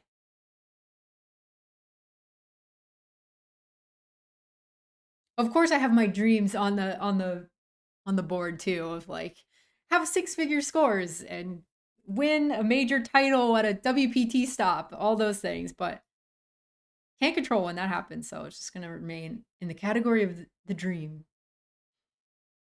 for now.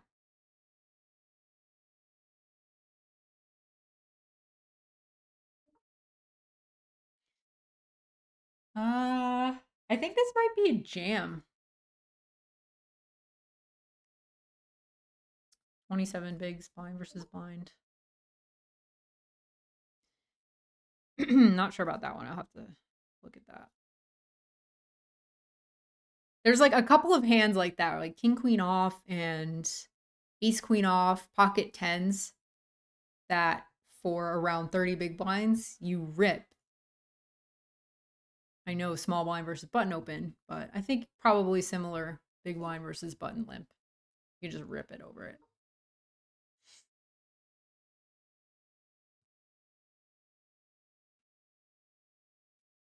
If you think the guy's gonna just 3-bet jam lighter than king queen a lot, and you can just raise for value and call it off for 27 bigs.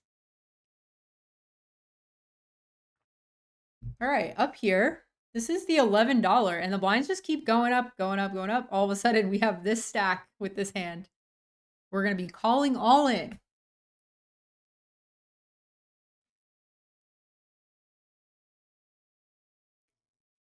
Boom. We got the double in that one.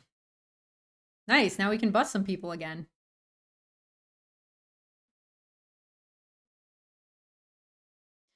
I got to check out how long those blind levels are because that just came and went so quickly in that tournament. Let's see. Blinds are 10 minutes, so pretty standard. I don't know. This guy's just going for it with all the jams. You're going to see that a lot in bounties, like I said before. But the 8-7 off is ambitious. Damn. He's ready to go. He was like, all right, I'm off to the casino. Forget this.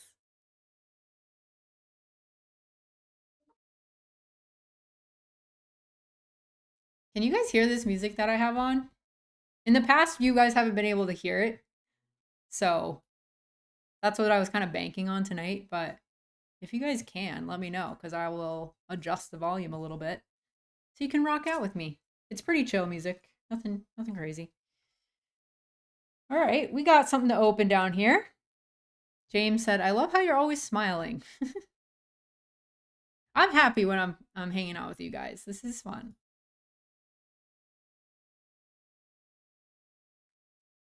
Ooh, we got pocket tens. Whoa, look at all this action. Well, I mean, they're not going to do great 4 ways, but we can get these other people to fold behind us. And down here, we're going to call an all in as well. So we're all in 2 spots. Oh, man. No! Okay, well, no, we didn't get any bounties. Dang it. That guy had everyone else covered. That was huge. We almost had 3 bounties all in one hand. And we just lost oh no. My God, I timed out with jacks. Brutal. Brutal. Okay, there was a lot going on that hand. That down here, I had ace jack versus king queen. The guy flopped a king. All right, now I have king jack. This is one of those spots with 15 bigs. I'm going to rip it in a bounty, whereas normally I would just open it. Yeah, man, that was brutal because I lost a lot of chips. This is the 218 blitz. Ace jack to king queen. And then over here, I just freaking folded jacks because I timed out. But it's an ace high flop, so maybe I wouldn't have won. Who knows? Timeouts happen. I timed out with aces at a warm-up WSOP final table on Sunday. I was so tilted for a hot minute because it was like such a dream spot. The chip leader, it was a situation where somebody only had 3 blinds. So the chip leader was just ripping every single hand because you have to call basically just aces in that spot. And I had it, but I ended up timing out because I was loading up a whole bunch of other tables, and that kind of stuff just happens. Unfortunately. Tried not to kick myself too hard for that one. Who knows? Maybe he would have sucked out and I would have gotten 9th instead of, I think I got 3rd.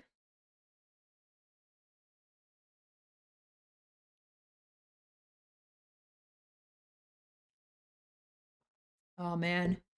Vance is going to be so sad in about 4 minutes when he saw me time out with the jack. Good night, Donald. Must have a lot of East Coasters in here.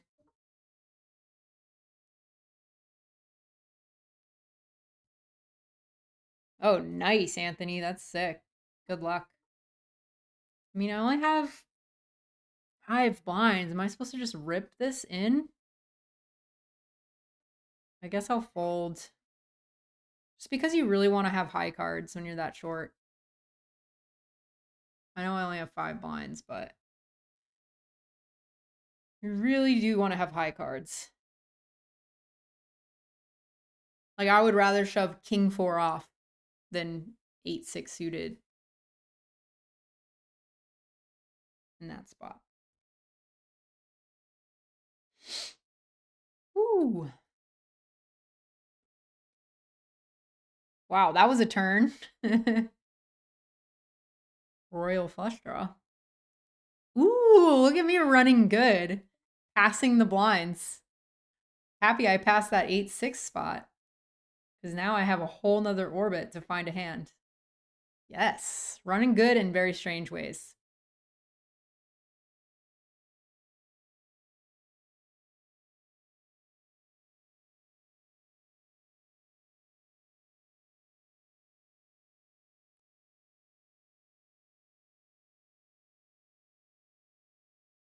AJ said that Magic Online uses chess clocks, and he used to time out all the time while streaming. Yeah. It happens. You get a little distracted, you look one way, but you need to be looking the other.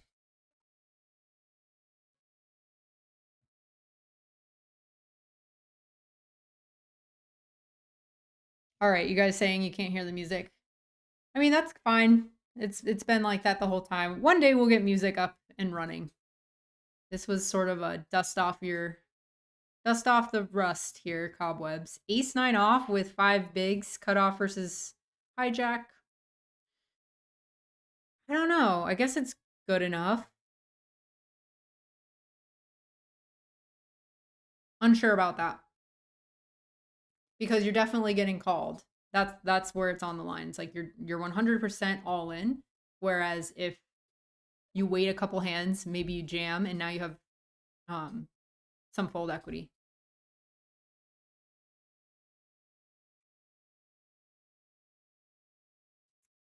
Ooh, we have ourselves a flip. Ah, dang it.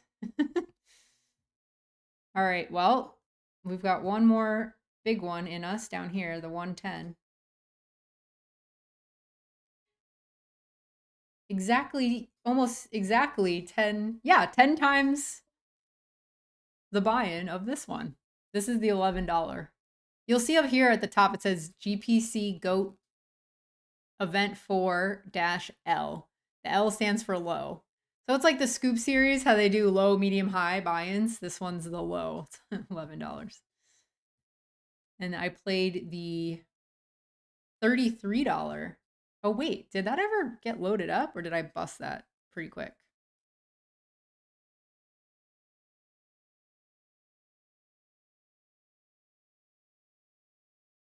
Oh, my goodness.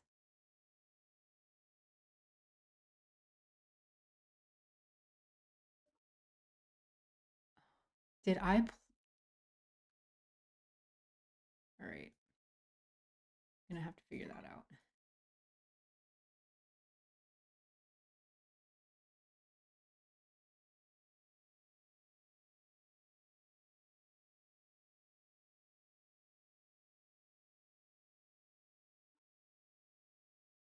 Okay. Sorry, to leave you hanging like that. Just had a little mini panic attack because when I pulled up that lobby for the $33, it says go to table instead of register. So I thought that I accidentally registered it and never pulled the table up because I don't really remember playing that. But I guess we busted that.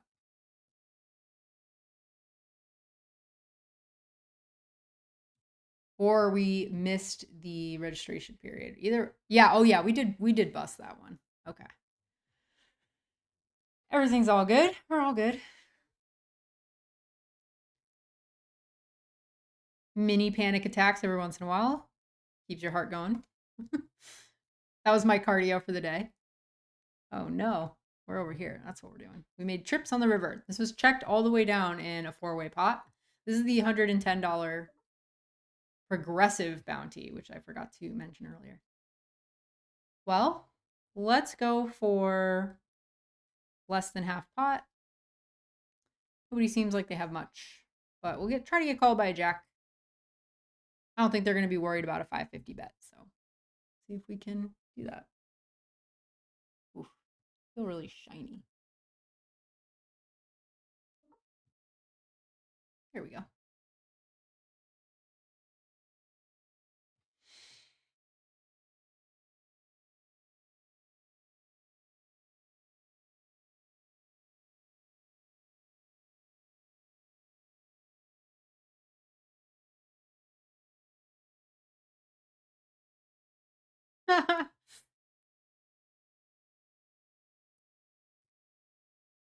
Luis said, I'll see you at the US Poker Open on Global. What's that? Is that one of their... Are they having a series? I know that Global Poker was on the felt of the US Poker Open tournaments, like the high rollers and stuff. I was really shocked to see it, kind of. I was like, Wait, is that Global Poker sponsoring the US Poker Open? Or one of those? Poker Go Championships, one of those things. Oh, nice, Vance. That'll be good. October is the best time to come to Vegas, too. Perfect weather.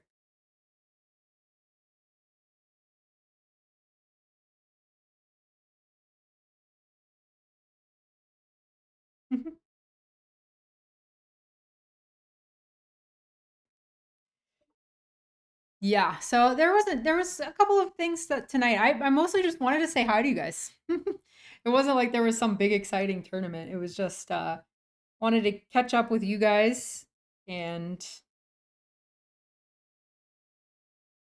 get back into the groove of things, let you know where I'm at. We're gonna have more streams coming up. I haven't quite figured out a schedule yet, so I'm not gonna kind of commit to any schedule. Just play it by ear. If you have the little bell on my channel, you'll see it. Ooh, I got pocket queens. Let's go. Always feel like I have more room to breathe and hang out with you guys when I have less tables going, but just trying to get that volume in.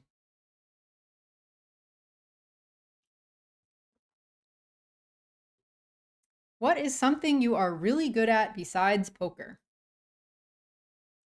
Well, I grew up dancing, and I mean, I haven't taken class in a while, but I was really good at that. Other than that, I do a lot of yoga.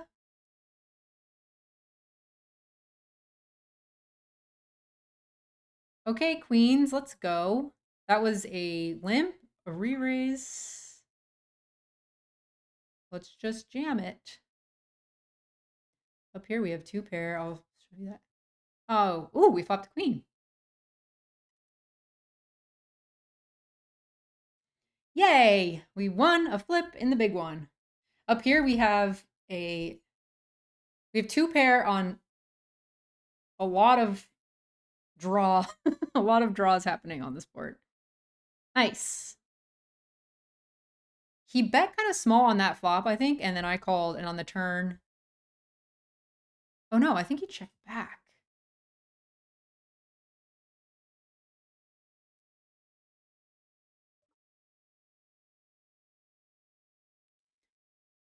Was trying to pay attention to both tables that time. Sorry, my bad. Holy crap. 3 people were all in on that one. Jax wins.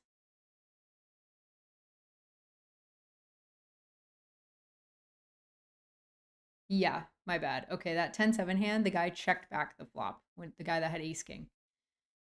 I was like, wait a minute, I wouldn't lead turn for a third of my stack.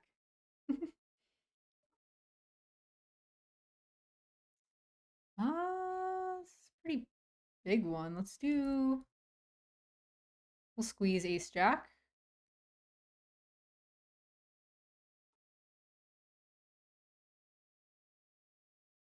This guy, like I said, this guy in the big blind, he snap gets in there with everything. Not a folder.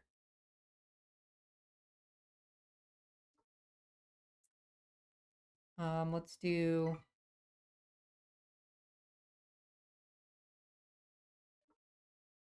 no.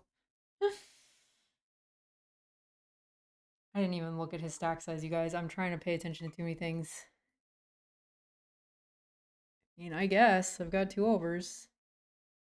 He's got a 4. Nice hand. Lame. I think he would have called off anyway, because how I would have played it differently if I was on it and being a good poker player was to see that flop with him and maybe just, what was it, 1632. He had like 4K back. Yeah, we just ripped the flop instead of bet calling it off. But I think if I had ripped it, he would have called with his 4 anyway. Seems like the type. Yo! Thanks, Jamin, with the super chat. $10. He says, buy a poker book and get good, you scrub. I mean, I love you. Love you too, Jamin. We need to hang out more. We live in the same city, yo. What are you up to around? Like, are you just trying to grind cash games? Actually, Jamin, if you're around still and you hear this, where's the best place to play cash right now? Post World Series. Because I've always heard that it's really dead right after the World Series. But I have the cash game itch. I really want to go out and play something, so let me know. Or I'll just ask you tomorrow. I would love it if Resorts World got some traction. I really like that room. Thank you, Jamin. That was really sweet. Everybody go watch Jamin's vlogs if you don't already subscribe to his vlogs. What are you doing? Go check him out.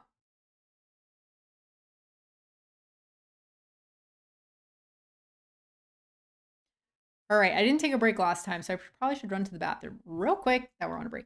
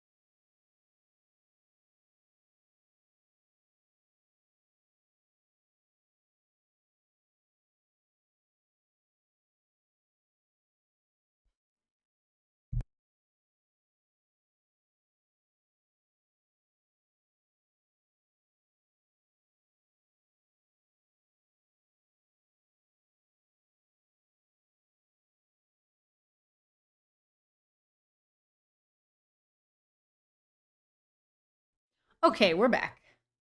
Still on a little bit of a break. Man, everybody's giving Granny the love after this video, and it makes me think that we should do, like, if I'm gonna do any merch, everybody always asks, like, oh, you're gonna do some merch? And I'm just like, no, what am I gonna say? What am I gonna put on a t-shirt? But if we could do some sort of, like, hashtag something with Gran in it, or, like, Granny's my homegirl, or, like, something with that, I would be into that. I could get behind that one. What do you guys think? Do you have any ideas?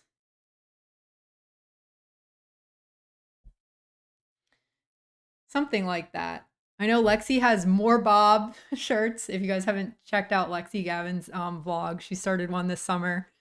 And her soon-to-be husband, Bob, is got a lot of love. And she was walking around with these more Bob, hashtag more Bob t-shirts because they wanted to see him in her vlogs more often. Thought that was really cute.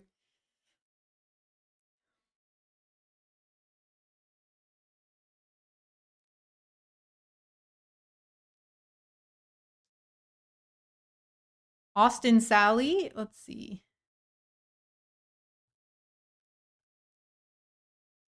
He said, hey, Ashley, what is your recommendation for when to start an online turbo tournament? How many big blinds deep?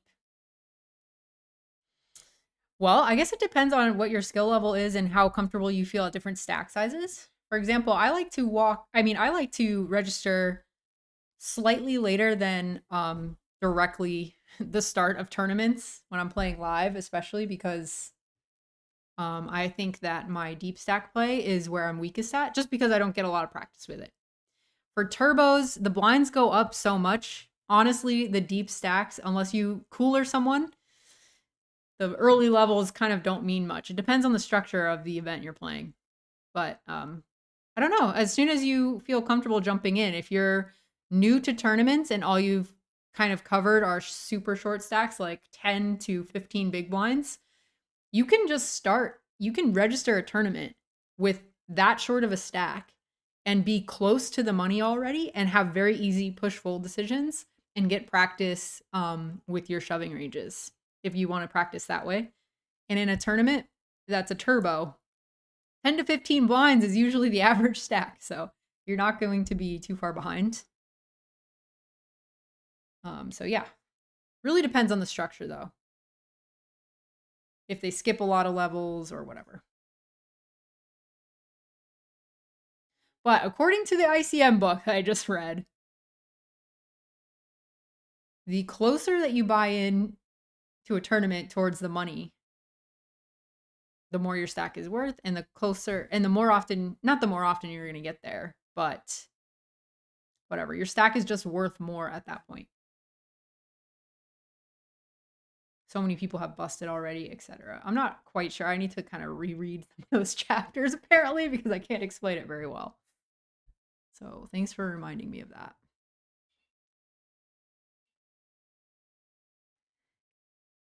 Yikes.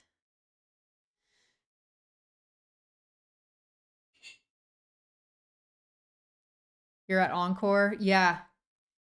That's crazy that you're that it's dead at Encore. I thought that would be like the one spot for sure. They would still have stuff going. He said these are dark days. Hang in there. You'll get through it. I hope you remembered your money this time.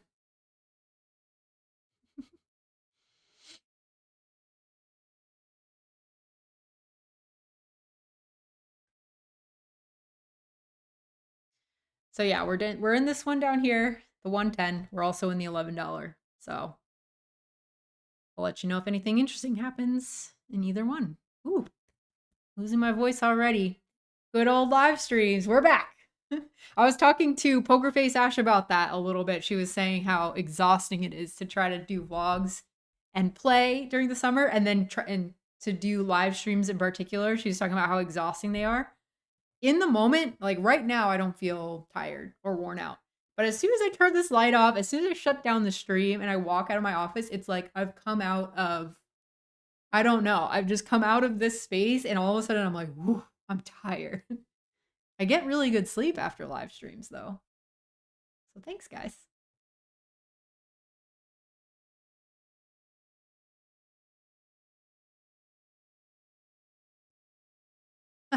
Defunct Book said, one-on-one granny on the stream for rolls. Hashtag heads up for Gran's roll? No. That doesn't work.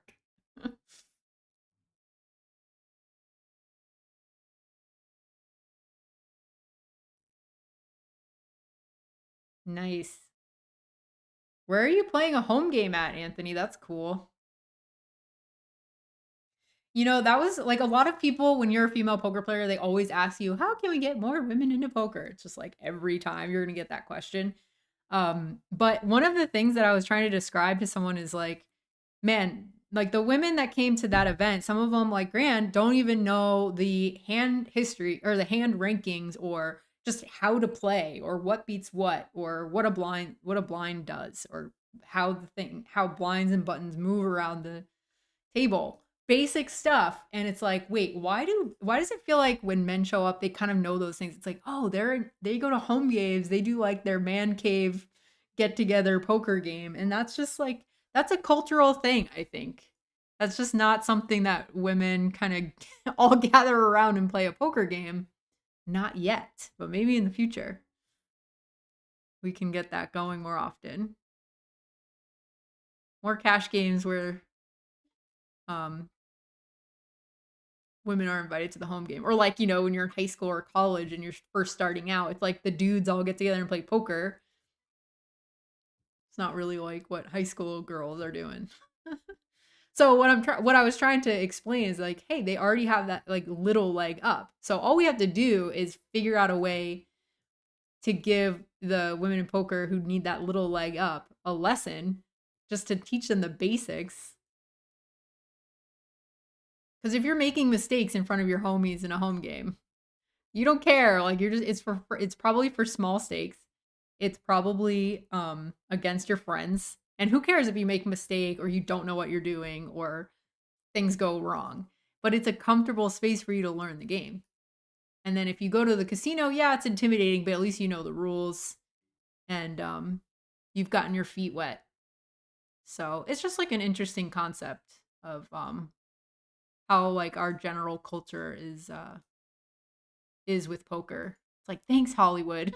All these movies where it's like guys with their cigars and that's what they do. Or they're in a Bond movie flopping the nuts while the women just like worry in the background. Ooh, we got ace king down here. I don't know what the tanking is all about up top there, but we've got 20 big blinds and it's a progressive bounty knockout. So we all in.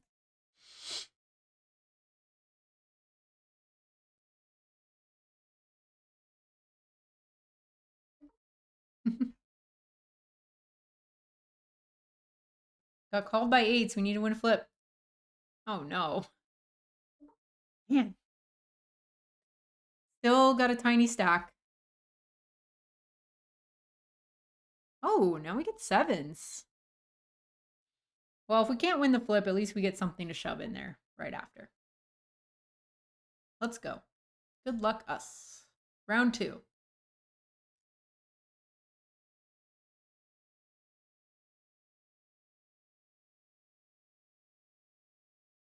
Hey, Jeff. Thank you.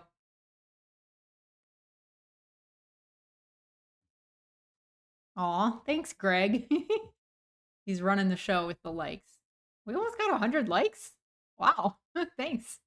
There's only been like 160 of you. Thanks, guys. That's cool. And just like that, I looked down and we won the flip. Sweet.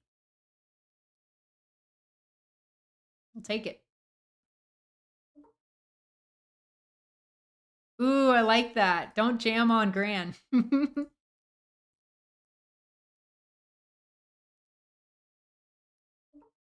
For a t-shirt. Don't bluff Gran.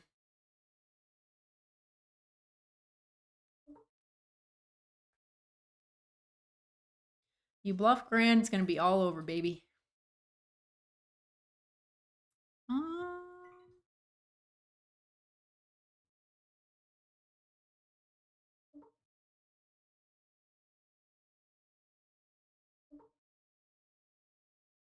This guy checked. Oh, no. That didn't work. He snapped it. Damn it. Well, now we're sitting here with Jack High, but I really... I don't even have one club. Sad day. Oh my gosh, we should have pulled the trigger there. What was that? What was that?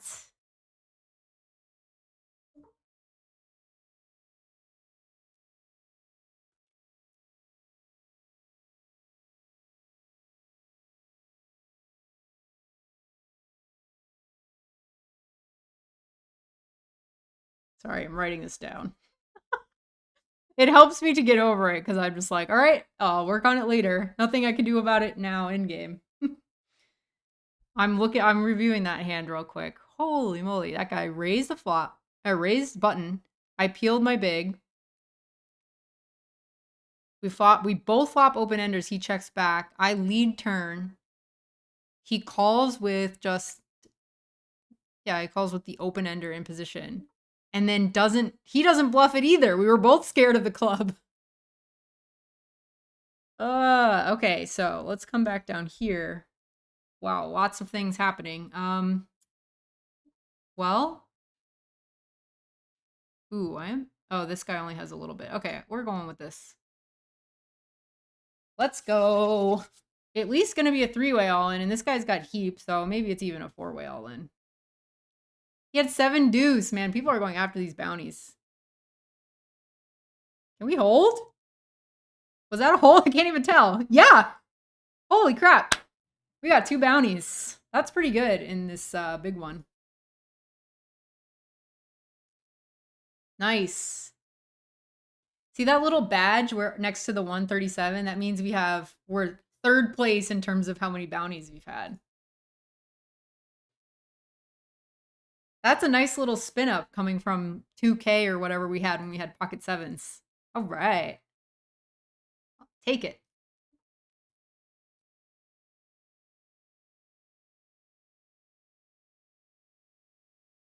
That was awesome. Yeah, peel this. I was kind of worried about the big blind jamming, but in these bounties, they tend to jam kind of tighter because they're worried about getting called light. Pop ourselves a king.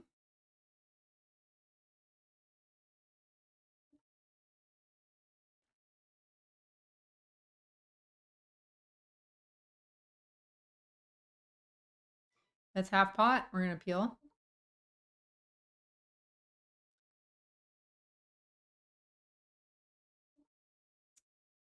And take it to showdown. We've got top pair. He's probably not going to like that river either. Yeah, he had pocket 9s. I wonder if that's a bet on the flop. Pocket 9s on king jack 5 versus the small blind. 50 bigs deep. Pocket 9s on king jack. I'm noticing a pattern with my notes, by the way. These middle, like the Broadway boards that have a lot of draws on them are the ones I'm feeling unsure about a lot. So good to know that. Good to start seeing a pattern. What to check out later. King jack 5 flush draw. MP versus small blind. I just want to see if, if that was good, then great. I don't know. I personally don't know. So it's always good to just keep an open mind how people are playing. Don't just instantly be like, oh, I would never do that, so they must be bad. You keep an open mind about what equals bad.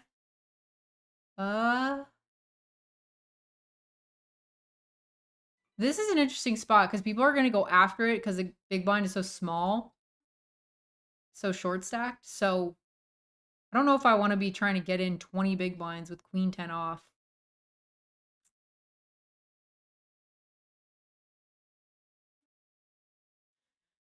If you know what I mean.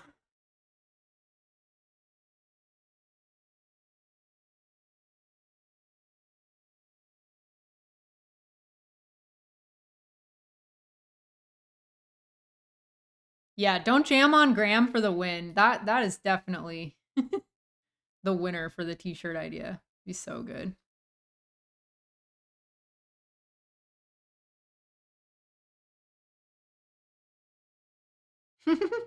Brian, I wish I had some advice for how to win coin tosses.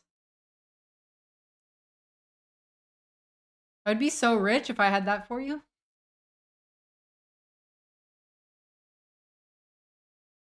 No skills. That's a great response. He said, just look away. Whenever you're in a flip, just look away. When you come back, hope you won. But don't sweat it. It's so painful. We're going to be all in now. Look at us. We only have 5.5 blinds. 5.5 blinds. Jack 8 from the small. Oh my gosh. He just has kings. GG. All right. One left. Oh my god. He made quads. Did you see that? He made quads.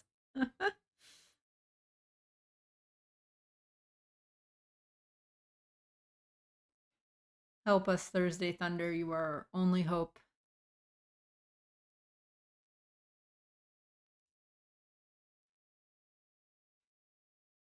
I know. I should have bluffed that fool with the Jack 6.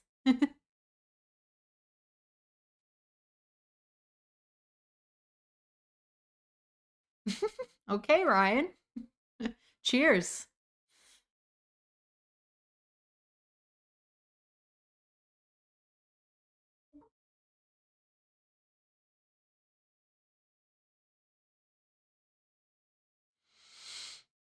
Thanks, Ken.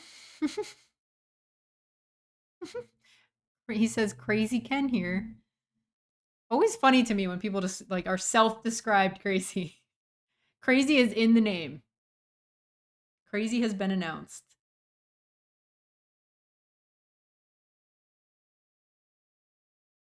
Yeah, that was a pretty nice hold with the nines.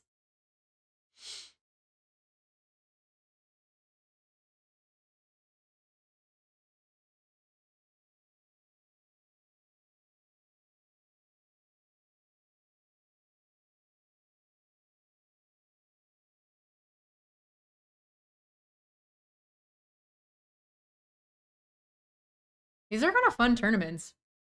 I like any sort of format that kind of takes you out of your comfort zone in terms of the no limit streets is pretty fun because it makes it feel more like you're on an even playing field with others. I think that's why PKOs are so popular because recreational players feel a little bit more like they're on an even playing field with the pros because even if they're not, because there's a lot of people who study PKOs now. They've been out for a while. Maybe something like a mystery bounty. Not a lot of people have figured out the mystery bounty math, and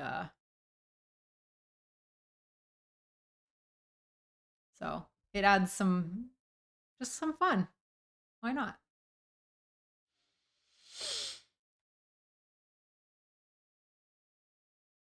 Anixia, you're still going strong in that one?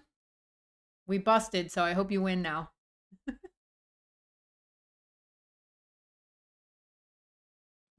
Robert Ball in the chat. Time for some Shiba Run Good. Okay, next break. If we're still in this 110, I'll grab the doggies. See how they're doing.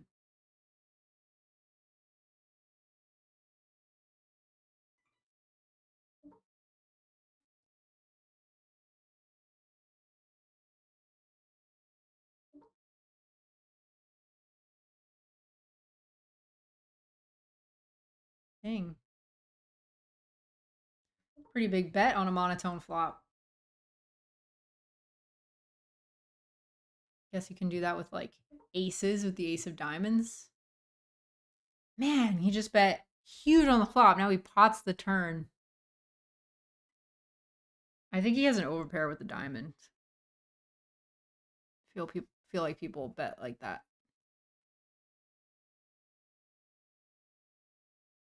Unfortunate.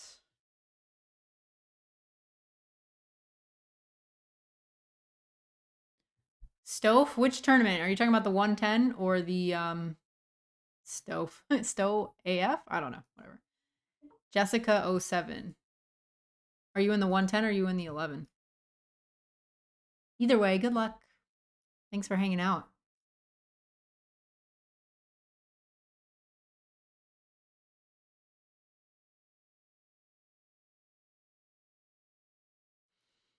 Yeah, but Glenson, we don't really do the vlogs for the money. Well, I mean, some people try. They try to grow and like, I know Rampage put out his numbers were insane last year for income. But those guys are producing so many vlogs every week.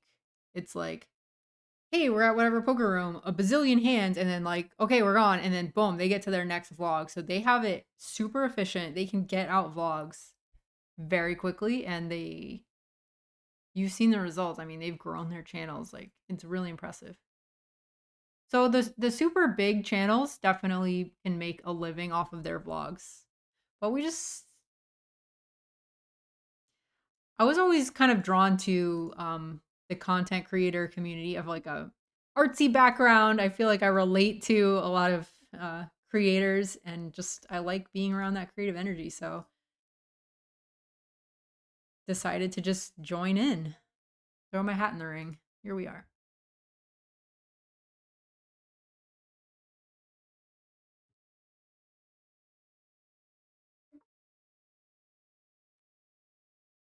Yep, exactly.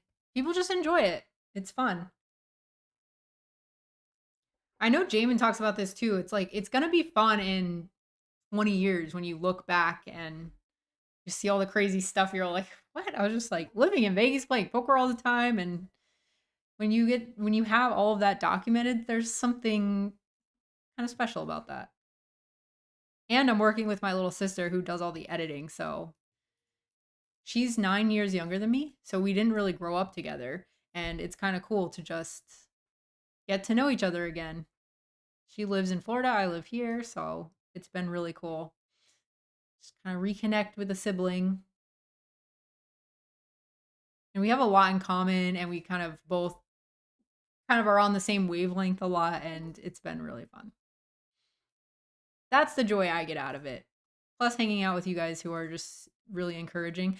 Oh, I busted the 777. That was a fun tournament, by the way, if you guys were here in town for that. The WSOP Lucky Sevens. It was a 7 max event, which is kind of why I played it, because I was kind of over it by that point in the series. It was last Tuesday or something. And it was a turbo, 30-minute levels. It was a great event. But and 777, 6 sevens all in a row was what was guaranteed to first. So it was huge. It was a big event, but I was probably the most tilted I've been kind of all year. Because at that point, I was just like, I've had it. And the table that I was at was just like, it was frustrating. I just kept like running into it all day. And I was just ready to go home. I was walking from Paris to Bally's to just go say hi to Jesse and let him know like I was going to head out.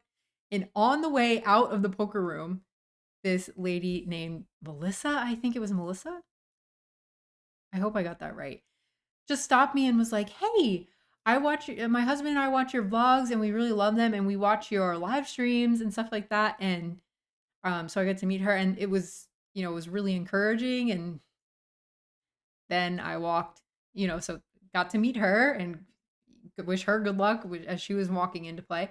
And then 20 feet later, this other guy was like, "Hey, let's, take a picture. I love your vlogs, been watching since the beginning." And I was just like, oh man, it was like the universe just really, it was really cool. Like that type of stuff, you can't have that happen if you're not making stuff like this. So it was real. I was really, really appreciative of people introducing themselves and saying kind words. Really needed that. So that really uplifted me. And honestly, I went and fired 2 more bullets after that because I was feeling good. And Jesse was like, "Yeah, just get in there." Everybody was 15 bigs deep. It was just like spin up a stack or bust a couple more bullets and go home. But I was really grateful for that. So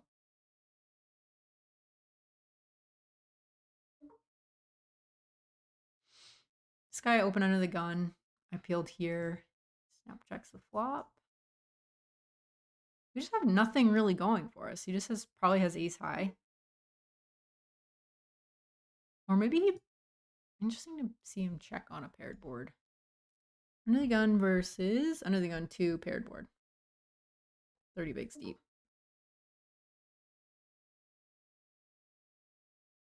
Paired board with flush draw.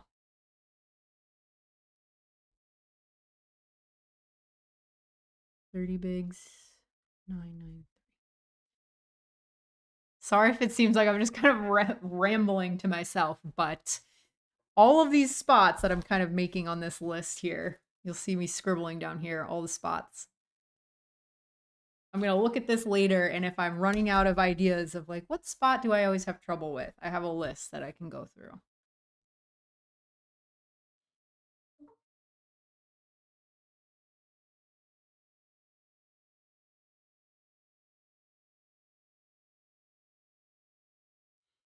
Alexis, this one, oh, okay, cool. Stove, good luck.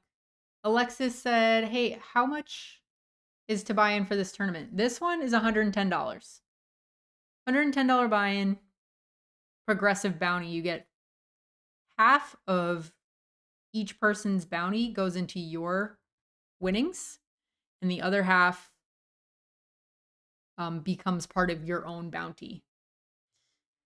So $50 to start on each person's head, and you immediately pocket $25. The other $25 gets added onto your bounty. So if somebody busts you, they get that other $25. If you win the whole tournament, you get to keep your own bounty, of course.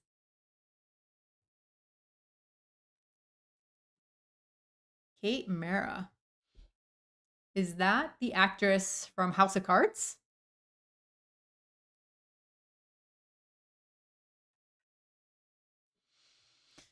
Okay, okay. We can fold now. I was like, we're gonna have to call this. we would have gotten crushed.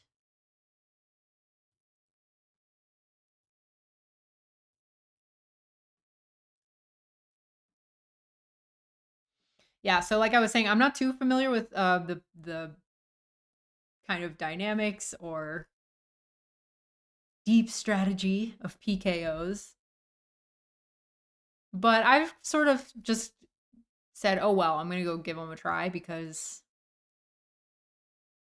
they seem to be more and more a majority of the tournaments that happen on sites like Global. I know ACR does a lot of them. World Series does not. They're kind of slow on a lot of stuff. Just as a company in general, it takes a lot of time for them to take the next step towards like the trendy thing. So it was like it's like their filming policy. It's you never know what it is from year to year, and they say officially you're not allowed to film. But there were so many times this summer, like there were people blatantly just like filming the runouts, and Floor would walk by and not say a thing. And then there were other times where I had my camera out and you would get talked to, and it's like, well, what is your policy? Let's come up with something concrete. We're giving you free marketing. I don't know what the problem is here. As long as we keep people's faces out of it, we should be good. But maybe in a couple years they will give us a response and just like have a uniform can we or can we not film. I feel like this guy's just gonna like jam. We'll flick in a call just in case.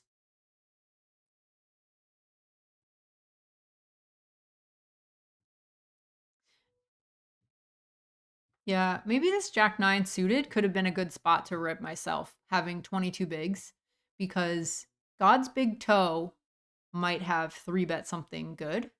Well, maybe not, because he doesn't cover powwow.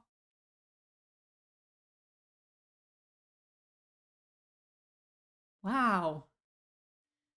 I thought powwow would for sure rip or power. Yeah, I thought they would do what God's big toe is doing and just rip because we're so capped. So, nice hand.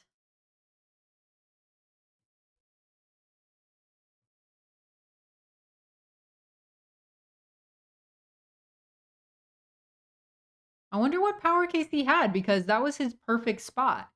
God's big toe didn't 3-bet. I just overcalled. We both look really capped, and this guy was pretty short. I think he should have probably called or rejammed a lot of the stuff that he opens.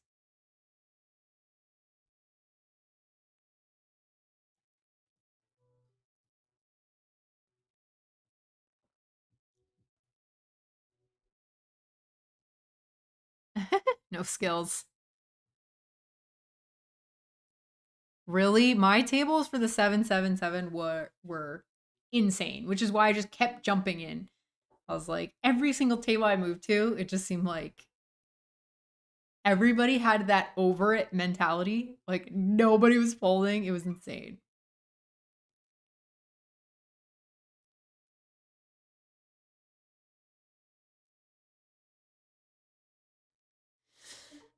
Oh, goodness. Okay, you can have it. That stinks. He's repping not much. He just calls the flop, or just calls free and rips on that board, but whatever. Take it down, Jabrowski or something. Jabroni. That's such a funny name. Take it down, you jabroni.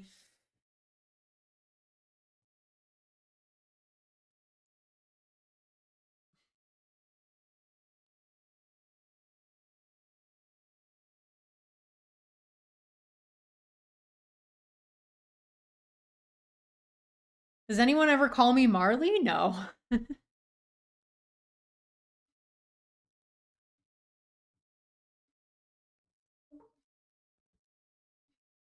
Man, we must have had the opposite experience, no skills, because my tables were really good in that tournament.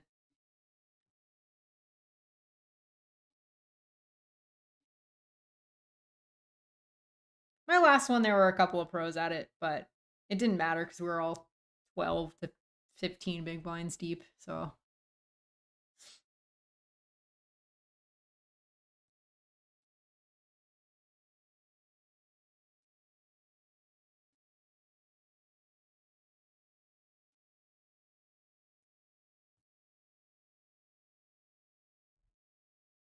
Mario, I never got that one before. Kate Mara.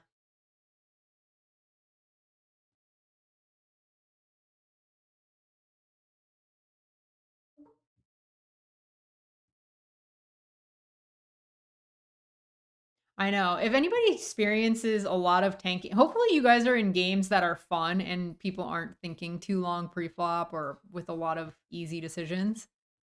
But if you've experienced that, especially during the World Series, what do you do to just keep it even keel? Because besides just like getting really aggro and calling the clock all the time, I feel like there has to be some way that you plan for those moments where you can just kind of almost like what's his face who won the main event when he had to sit through that 18-minute long tank from Adrian. I mean, what he must have just I guess he meditates a lot according to his rail. So that must have been what he did. He just shut his eyes and just went in and didn't come out until the dealer pushed in the pot. But if you've dealt with that and you've had some success with just keeping your patience during that, well, let me know what you do because I love to hear different options. There's nothing more tilting than that when you're in a turbo and you're really short. You're just hoping that you can find your spot to jam. And this guy is tanking for 5 minutes and there's only 30 minutes in the level or even 20 minutes in the super turbos. It's like, man, you just tanked for literally the whole level. But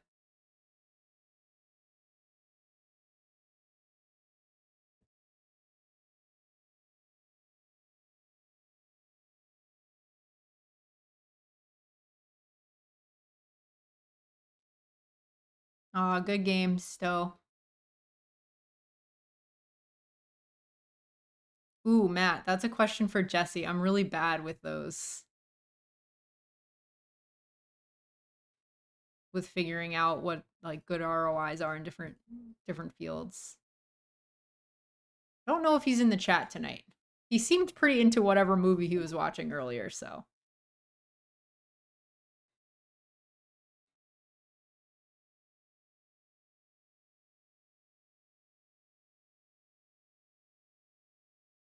Like, yeah, I play professionally, but I'm like a fish in so many ways with knowing those types of things.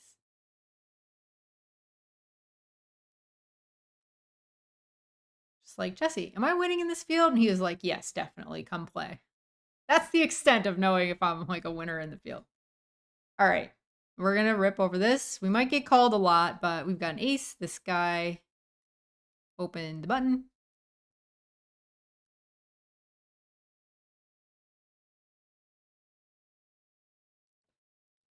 Still got fold equity with 15 bigs. Oh. Oh no. That'll do it. Dang it. Just like that. I was like strapped in, ready for a night. Dang it. Well, that's no fun. Here, let me switch you guys to the we didn't even get the Shibas out. That's okay. That's okay. This was just a warm-up live stream to get us back for the feel of things.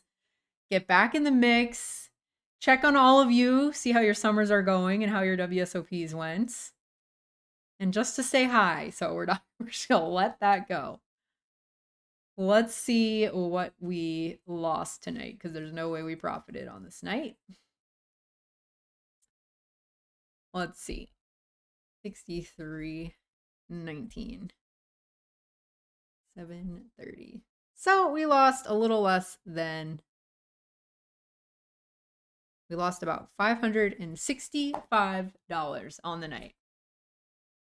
Not too shabby. We're in the 218, we're in the 110, the 99s. So basically made a tiny bit back from the bounties, but lost every, yeah, because we didn't cash. We didn't cash anything tonight. We played like 5 tournaments, 3 hours, little baby stream. Oh,